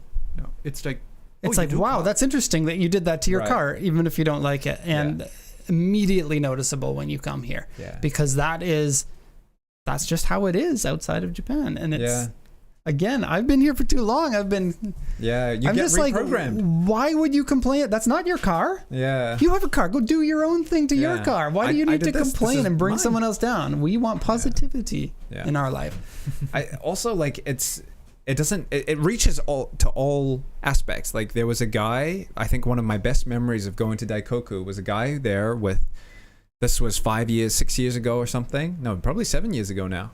He had an orange Lamborghini Aventador there. The doors are all up, and he's standing there talking with people, and there was a crowd around him, and I went there with my Japanese friend, and my Japanese friend was saying, like, dude, he's letting people sit inside his car and rev it. And I was like, there's no way. This car's worth $500,000. There is no way. These must be his friends. Sure enough, this dude just has the door open, and he's like, yeah, take a seat. Give it a couple revs. See what you like. And I was Did just you like, do it? oh, I did it. I got in the car and I revved it, and then I was just like, whoa, this is insane to be sitting in a Lamborghini Aventador. And then I got out and my friend was talking to him a little bit more. And I told my friend, I was like, does he know his car can shoot flames? And my friend asked him and he's like, no, I didn't know that. And I was like, ask him if he'd like me to show him. And then he was like, sure, let's see if my car can shoot flames. So I got back in and I was doing a little vroom, vroom, vroom, vroom. And as it lit off, it would do a little bit of flames. And the guy's like, wow, that's so cool. And I was just like, dude, just let me shoot flames out of his $500,000 Lamborghini. Like, That's funny. I've seen other dudes having kids sit in the Lambos with the flashing lights and everything, and they're so welcoming and just like, yeah, sure. And I couldn't believe it. That was one of my best memories. That's cool. From Daikoku. Max, the reason why I threw that at you is because in Germany you can't mod your car unless it's part of a exclusive club of mods that are okay for regulation. Yeah. But in Japan you can generally get away with anything a lot. as long as you take it off when you go to re-register your car every 2 years. Yeah. And the police I don't think once here, and I was doing something stupid, has the police ever stopped me and said the mods on your car aren't compliant. And that was because the tires stuck out 2 inches from the fenders. Yeah, that's an easy one for you to get. Like, big wing and the wheels poking out is probably the number one that you'll get stopped for. I like how they got the tape measure out on you. But the loudness of exhaust, the lowness of the cars, the camber of the wheels, like a lot of these things, as soon as a police will look at you in another country, they'll pull you over and be like, here's a certificate, now you have to go re-inspect your car. Or in Germany, you only need to think about it and the police will come your way. Yeah. We see a lot of cars with tinted front windows here. Like, not a lot, but a decent amount. And it's like, that just would not fly at all back home. No. And the police are not on the hunt for modified cars so much here. They tend to be okay. It's like, well, the car needs to be registered every 2 years again. You need a new inspection every 2 years again. And so they'll catch it then. They will do like Daikoku free inspection, like free shaken. Japanese people call it free inspection because then you don't pay for someone to check your car if it's legal or no. So then next time you do shaken and you fix that, your car is okay without doing any pre-inspection. So it's free, basically. Free pre-inspection. Japan has tons of racetracks. So if you want to go to a racetrack, you can. If you're in a country like Canada, you might have to drive like 8 hours or 10 hours or 12 hours to get to the closest racetrack. 20, 30 hours, depending on where you live there. Here, within a driving distance of a one-day trip, there's probably 12 or so from this area. Great to have. And then if you want to go drive fast in the mountains, you can. You can generally get away with most of fast driving in the mountains. You just got to not be stupid about it. Yeah. Other things about Japan, housing is affordable here, but it's going to be a tiny little apartment. For an affordable one. If you want something that is like Canada, Australia, US type house, that's going to be mega expensive here. I know this because I am going through building a house at the moment. Everything is twice the price of what it costs in Canada. It's gross. Like, we're talking $1,200 for a light fixture. That the exact same light you can get for $400 in Canada. Yeah. Well, it's gross.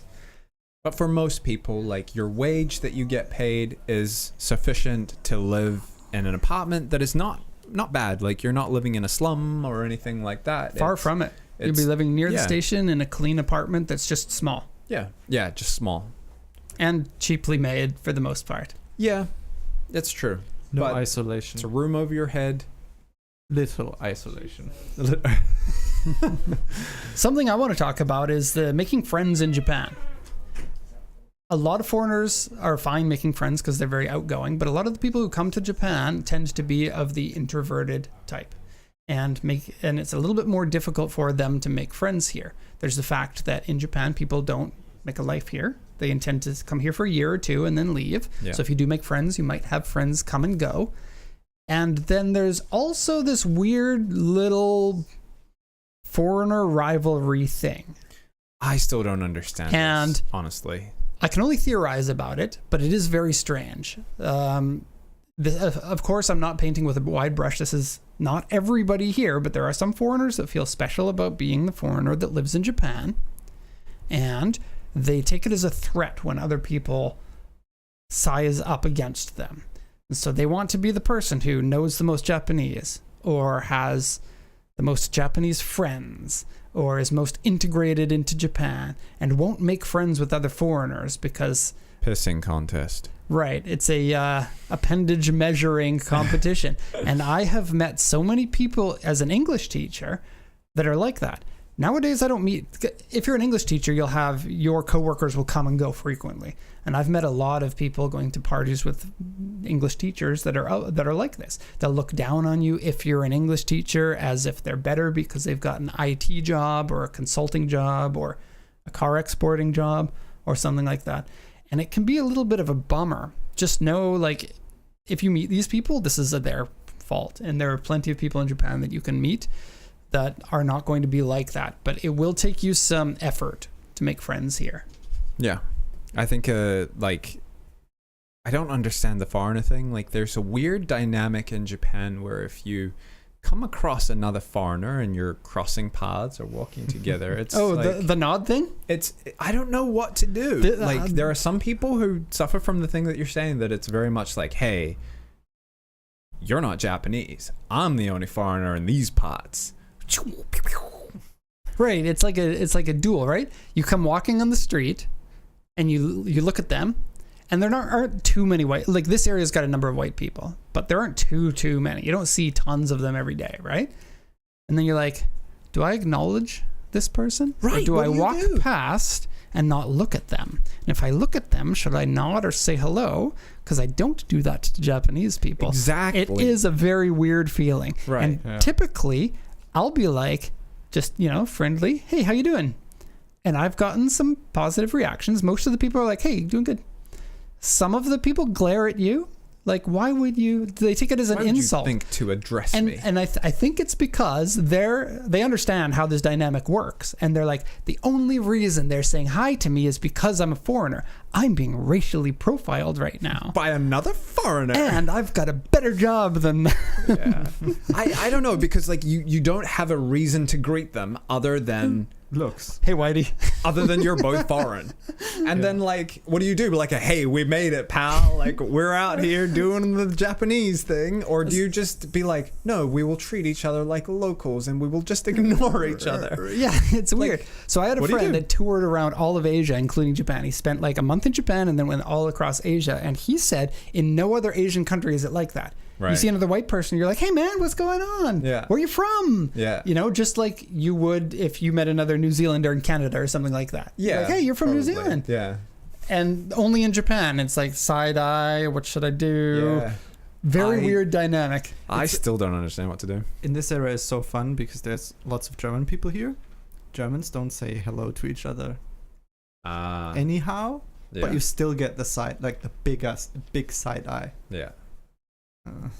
Probably about the same. And then, I'm hey, gonna try. how do you stay here? What's your I'm the special foreigner. How about Yeah. Charisma Man? You guys know about Charisma Man? No. So Charisma Man is, I don't know if people talk about it too much anymore, but what it is it's when someone who typically is socially awkward in their home country moves to Japan and suddenly gets a lot of attention because they're the white person in the school. This typically happens with teenagers that go to high school as an exchange. They'll go to an area that doesn't get a lot of white people and suddenly they're a celebrity because they're the white person and everyone's all interested in the white person. Or the non-white person, it's not exclusive to. And then this boosts their confidence because they're suddenly getting so much attention.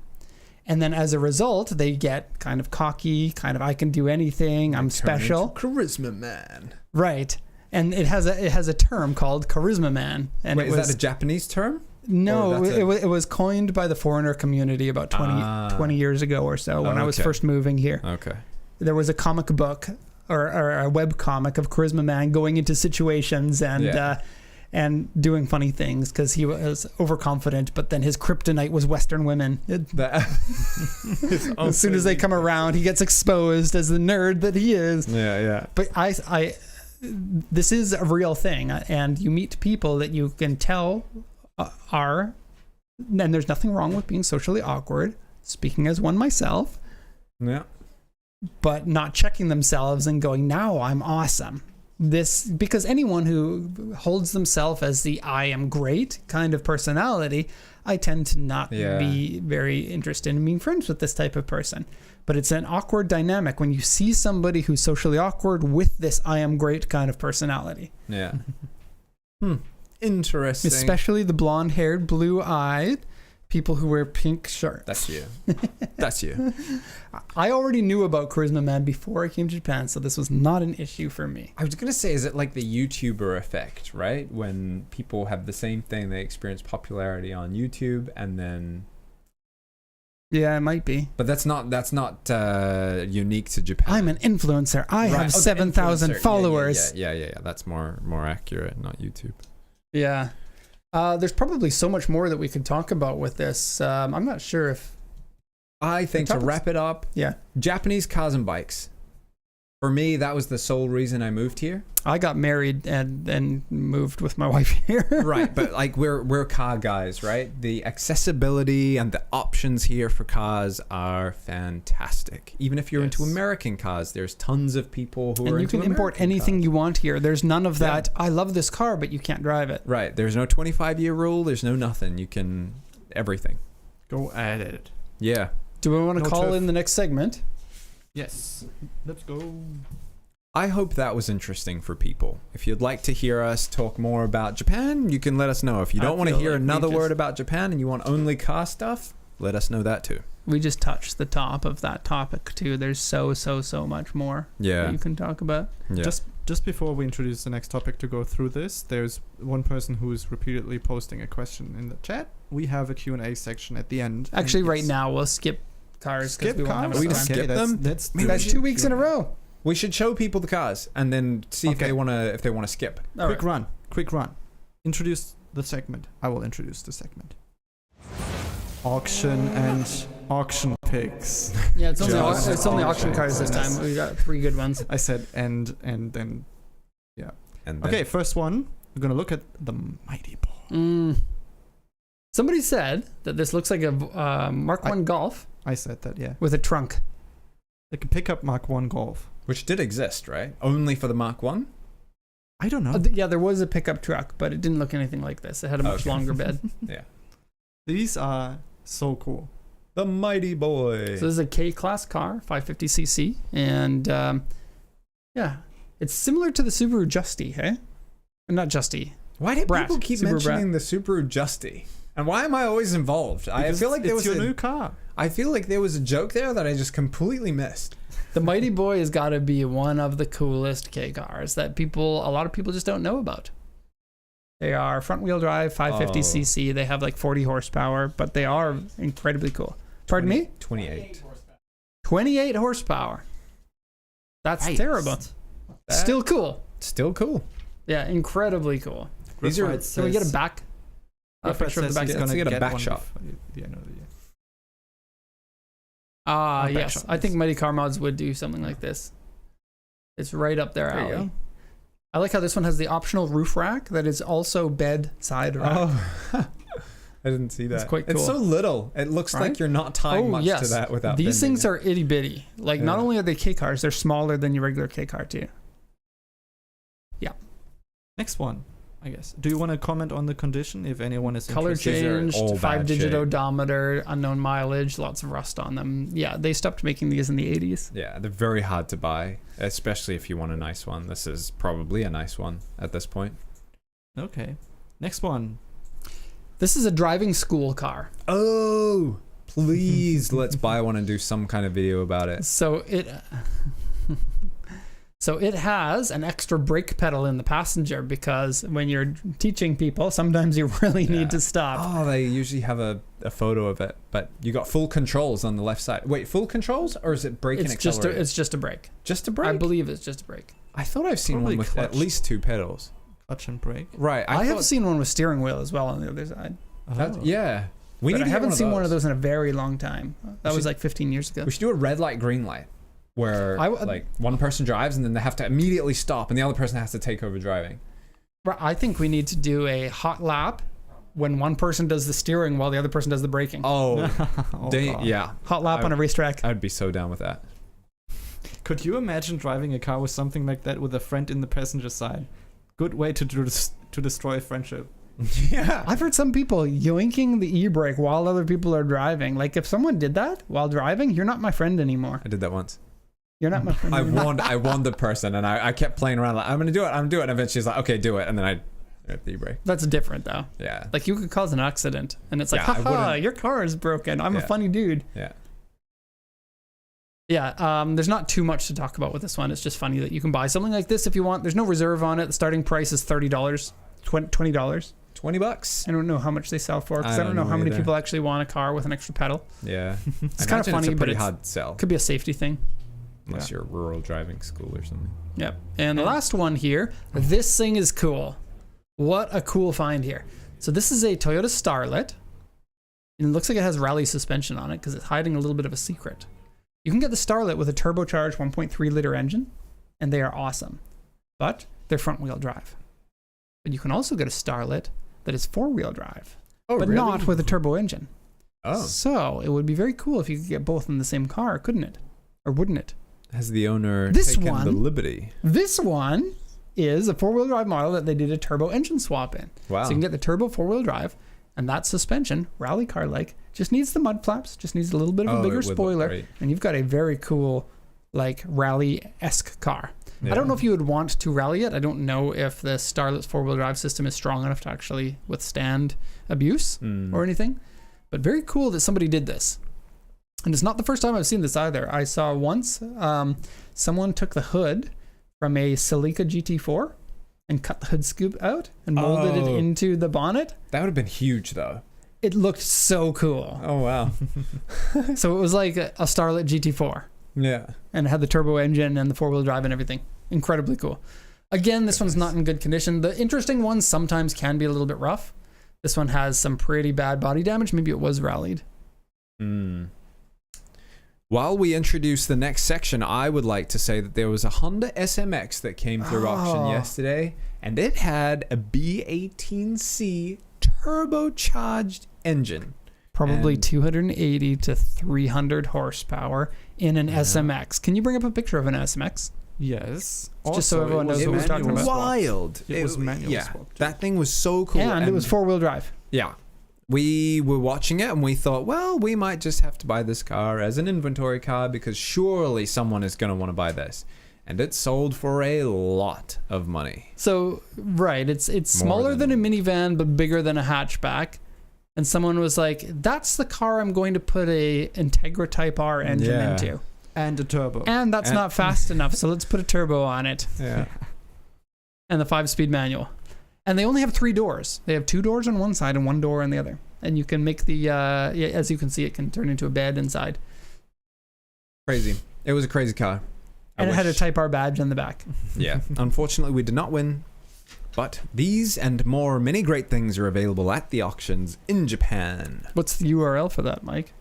Pacific Coast JDM.com. I think that might be wrong. PacificCoastAuto.com. No, Pacific Coast JDM. I thought that was our email thing. It's both. It is searchable on Google. I think somebody has Pacific Coast Auto, actually. That's why we had to go JDM. Next segment. Q&A. Thank you. Was that cool? That was Max, cool. read us some questions. We got 4 questions from the comments section, and then your questions. Yeah, we Actually, got a that ton.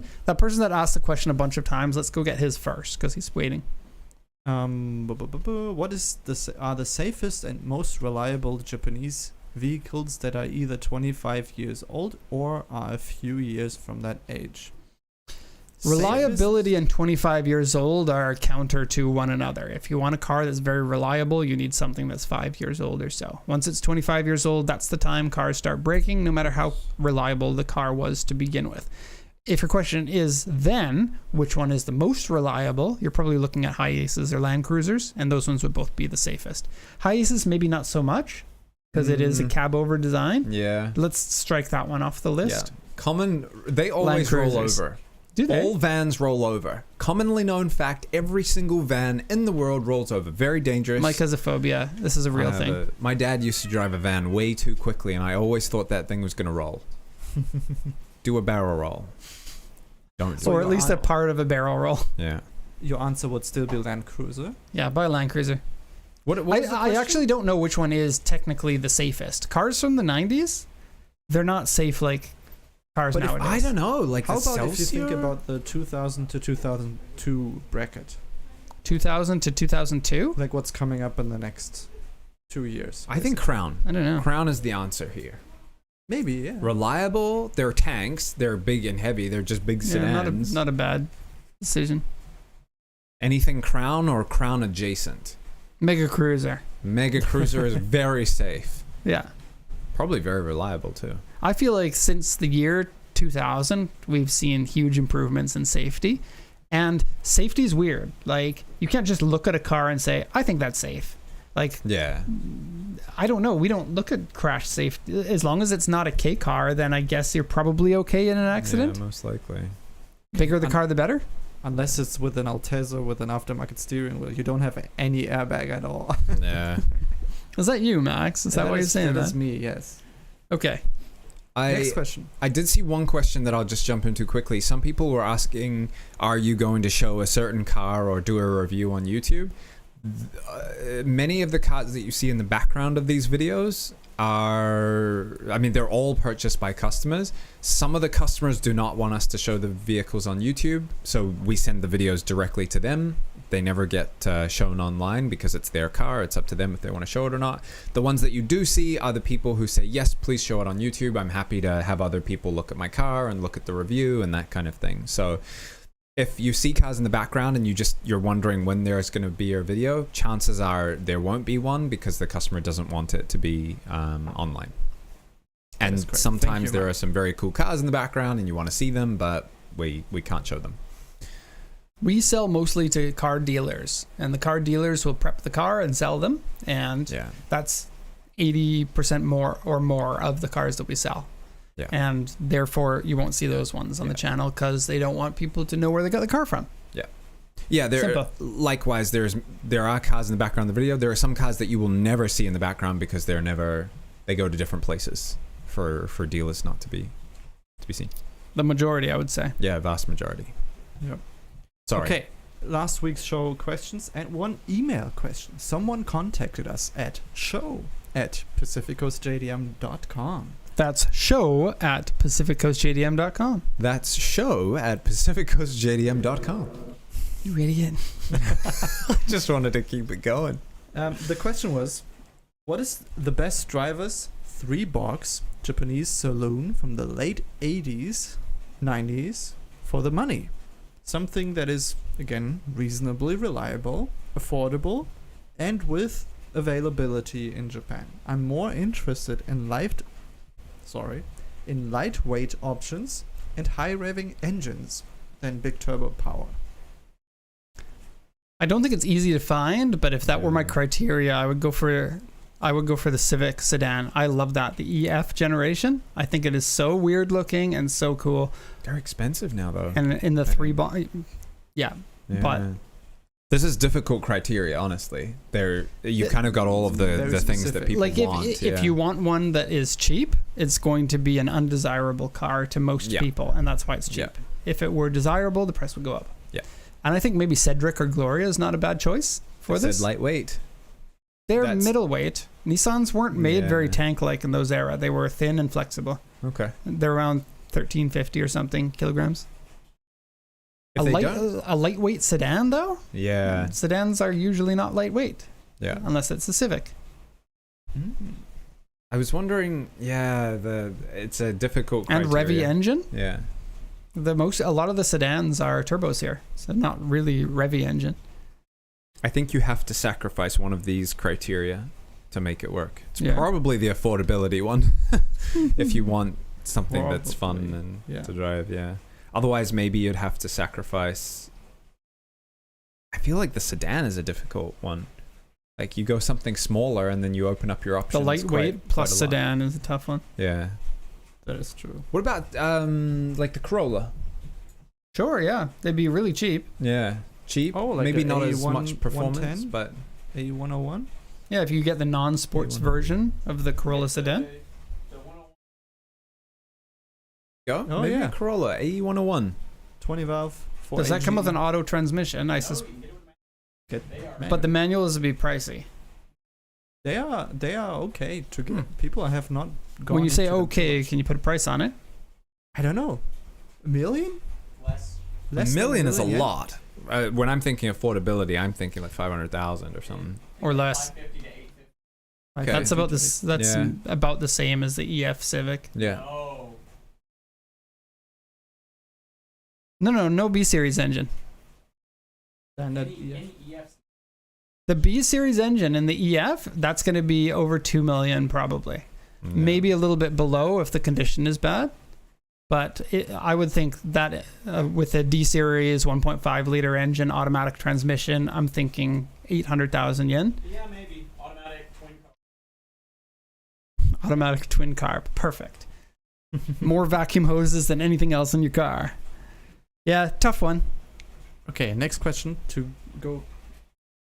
The battery of the camera is about to die, so I if swear the there's got to be a screen way to goes- plug that camera in. We It need is to find plugged a in, way. I think, Yeah, isn't it? but I do have an extra battery.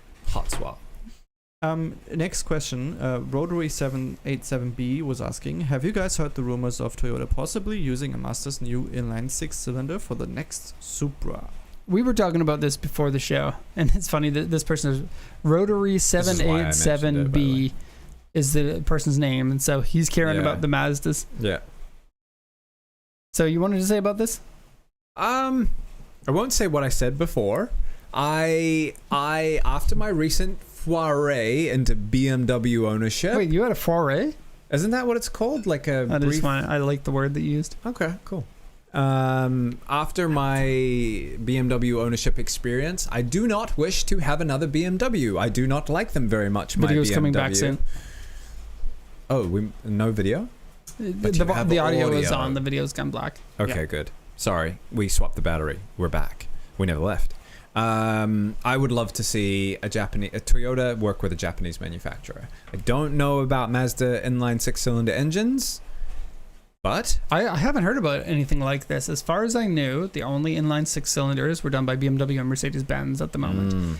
And for anyone to do an inline 6-cylinder is absurd at the moment because it's not the way the world's you don't going. get enough benefit for all of the drawbacks for anyone except for enthusiasts. And enthusiasts aren't buying those cars by and large.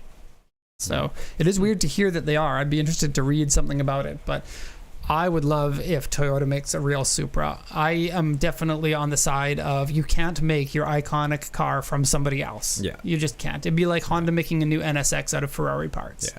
Like, don't do it.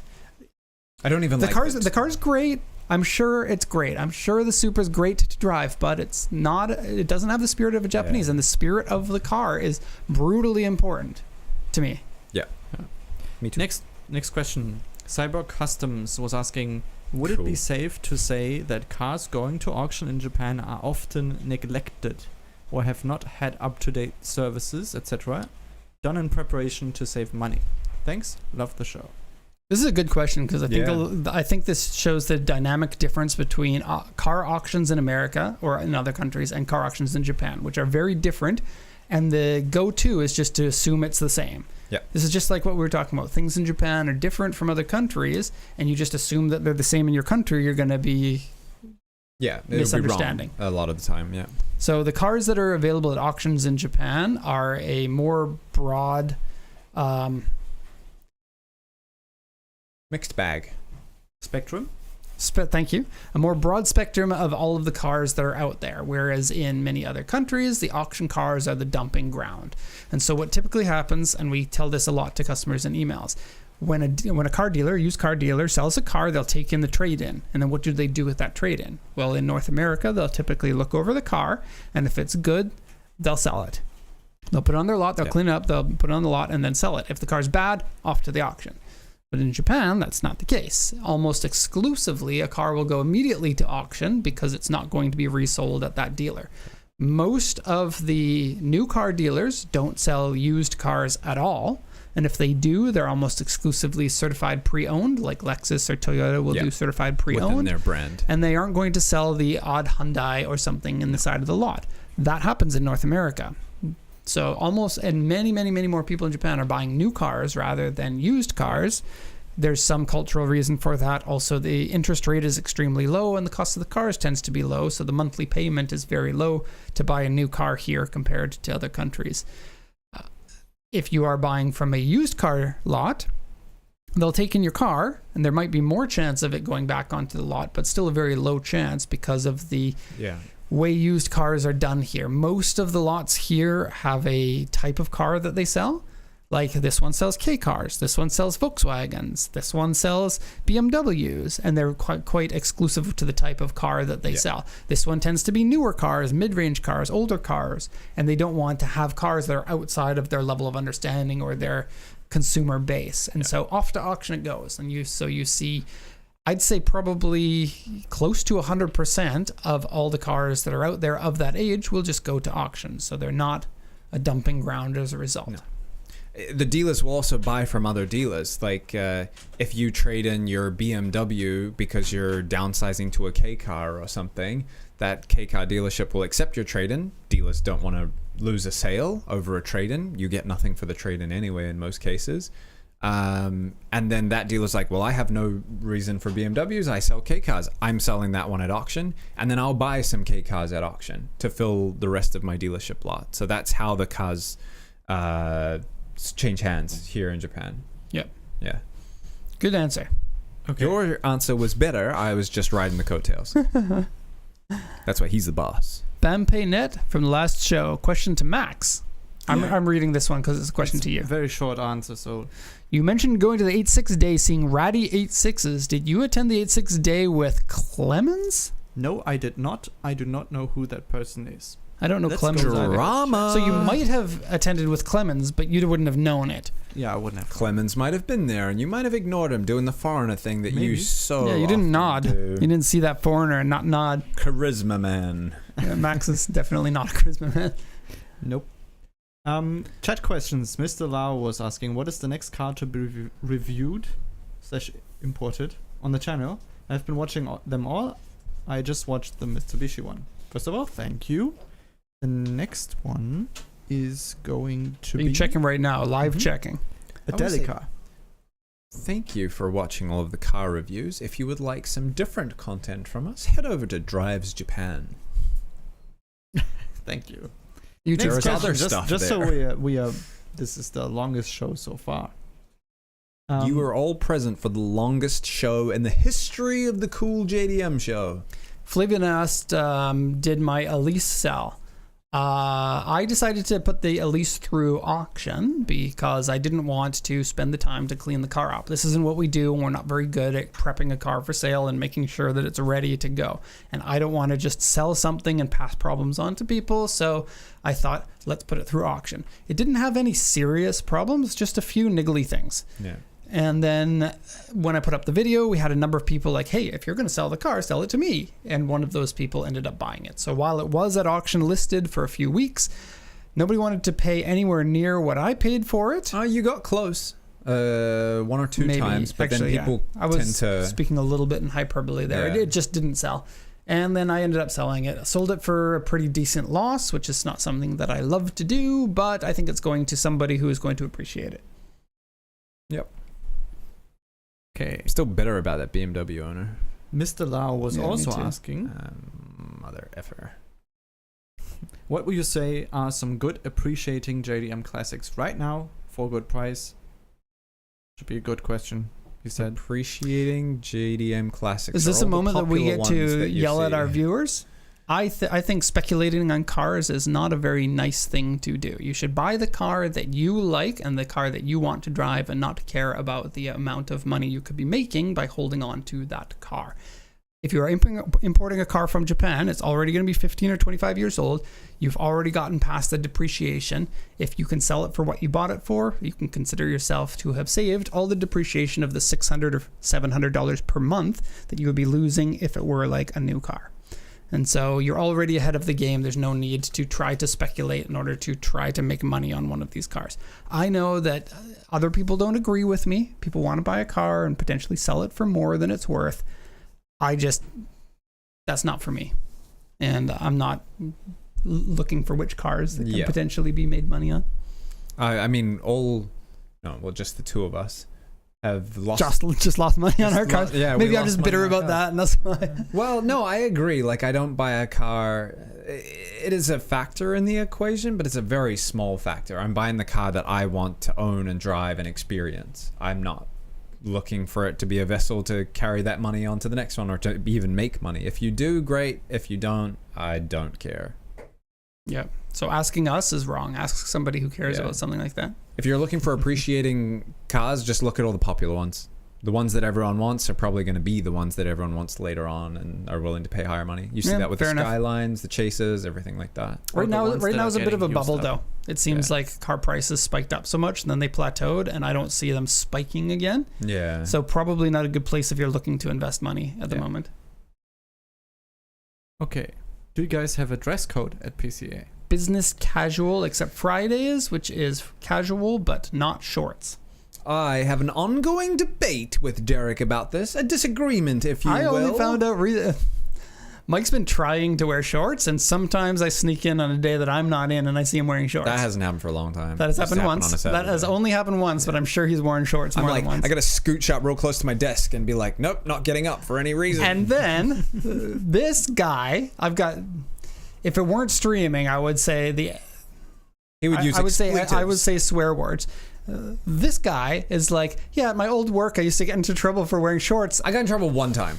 I might have exaggerated. I was trying to So use this it has as a, been like, going on for decades, potentially. I am somebody whose body temperature is very high. I And am who doesn't often like too the hot. rules of the office. So wears shorts when he thinks he can get away with Hey, it. wait a second. We recently changed seats. You're now directly under the aircon's Yeah, now it's blast, good. So no more discussions about shorts. No, don't go that far. We need the shorts discussion.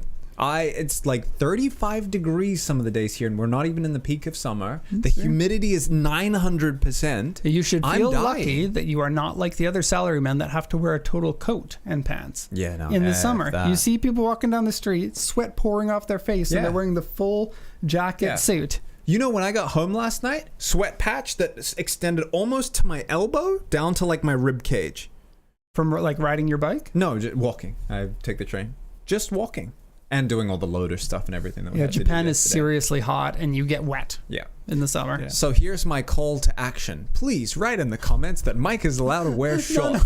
It will improve his performance Write at work. Derek Weldon an email. Yeah. Don't Convince- tell my email address. D. dot.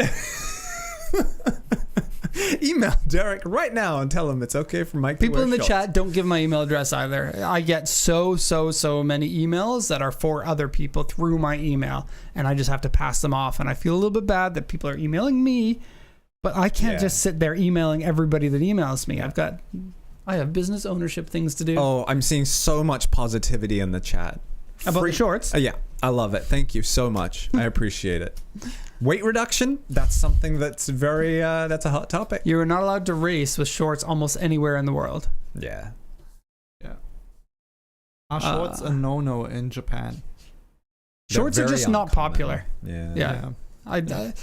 Sometimes you might be like, my family tends to be like, yeah, only foreigners do this, only foreigners do that, and wearing backpacks and wearing shorts and wearing sandals. These are the things. I do half those, yeah. Backpack and shorts. I do sandals too. I love me some sandals. I am not a socks and sandals guy. How dare There's you? no such thing as a socks and sandals guy. Those guys are not human. They're They are That's AI. Germans. Really? It's an ongoing meme about us using socks on sandals, and yes, it's a thing. I would never. I've Crocs and I'm socks on the I'm other guilty hand. of doing it too, so Yeah. it's a cultural thing. Okay, we are over quite by a lot. Do you want to close it up? I Anything want that we more missed? questions. Mitsuoka Orochi, what's our opinion on that? Oh, I saw one when I was fresh in Japan, and I was like, what the hell is this? Japan is the coolest place in the world. I'm seeing a random car I've never seen before. Blew my mind. And it might have helped that a very pretty lady was driving the car, and she looked like she was in business attire. She looked very successful, and I was like, wow, you have your life together. Do you need a sugar baby? There is an Orochi currently at the Mitsuoka dealership. 2 minutes Oh. away from here. Yeah, they have Oh, it parked cool. in there. I remember walking by that when we first moved into this area like 12 years ago and seeing it. It looks like the happiest fish. It actually has a mouth. The number 1 happiest fish. It Liberty does have a Walk did mouth. a white- yeah. No, it has a mouth and eyes. The headlights Yeah. have little painted on cat eye like thing on the Oh. lens. Oh, I don't think know I how can well you see can that. see that. They on the- also have yeah. an eyeliner here. I can't zoom in. Yeah.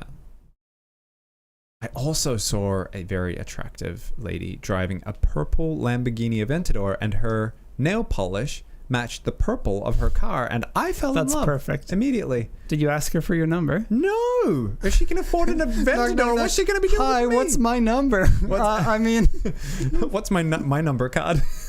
What? Your foreigners are weird. I don't think the DW is saying this is an ugly car. I think It is pretty ugly in person, think- honestly. It's weird. the proportions are cool. The front and rear bumper could be better. If the front and rear bumper were different, very and the good. hood. The The hood I with its don't mind with its too line of much. little holes in it. yeah. That I don't mind too much. Mitsuoka doesn't make the prettiest cars, they but do they it on do purpose. make the weirdest. I think that Most their unique. design, like, I'm sure there's only one designer there, and then he is just eccentric, Yeah. and he likes his cars to look really dumb. You said it, not me. I said unique. I was being politically correct. That is perfect. Okay. It looks like an alien from a movie, and that's him without his battle gear. And then when he puts his battle gear on, Or he's going into Super Saiyan. yeah. He's like, they won't recognize me when I put on my suit. Yes, Goes like into wearing battle. socks with sandals, eccentric. Yeah. Yeah, I don't think I've ever seen a Mitsuoka that looks good, except for their very first cars, which were all copies of other cars. Yeah. They started off as a kit car maker of copies. Yeah. Oh, okay. That one is pretty good. Put that one up. That one actually does look good. It gets close, I feel. It's still a bit weird. It is Like, the it's- tail's yeah. weird. Wait. We can probably go on the website, right? Mitsuoka, if you're watching this, we're open to sponsorships, and we will change the tone on how we talk about your cars immediately upon receiving sponsorship money. Oh, I'm seeing Called the I- Rockstar. I'm seeing a lot of those buddies. Oh, the recently. front too is no good. But the shape is cool, like the design and the Yeah. style. It's an ND Miata that's made to look like a classic Stingray, Side profile's great. and they're this very one- rare. They only made like Yeah. a few hundred of them. I like the Sylvia one too. I think what is it called? The Le something? The Seed, Le Seed, yeah. the Sayed. This one? Yeah. No, Yeah. this is a Roadster too. What? Yeah, Yeah. and that one's made to look like a Morgan. Oh my lord. It's a different car. But this is Yeah, Yeah. We saw one driving, and we both were like, "Wow, cool." Yeah. I've seen a few of them. Pretty rare, but They're always just a Visible. little odd. they are a little odd. Like, you look at that, like, oh wow, it has all the great designs, and then what's with the headlights? Yeah, they decided to put mincy What did you little do? headlights on it. Yeah. It's like when you edit a picture to make someone's eyes like super tiny. Well, the original of that had pop-up headlights, right? So they needed to do something. Always something slightly off. Yeah, true. yeah. This line, well done. The I Coke think it's bottle really cool. styling. Yes. Who? Somebody said the Orochi looks like a GTA supercar. I feel like a lot of the Mitsuoka cars are like, we didn't get the license Right. for the proper car, so we made this thing that you can obviously tell what it is. Pull but up the buddy. the buddy. Mitsuoka Buddy. Yeah, it's at the. You can just scroll up Ah, and get to okay. it. On the main page, I saw it. Yeah, that one. So it's made to look like a Blazer, but or it's Bronco, or is it? I don't know. it's based off of the a Honda CRV. Uh, Oh, a Rav4. Pardon me. Those are the same cars in my mind. BF Goodrich. This car is American. Even the logo for Mitsuoka is dumb.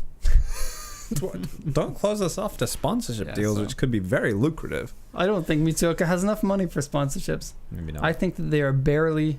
Mitsuoka, the prove us buddy wrong. seems popular. I'm seeing them pretty frequently on the road. Yeah.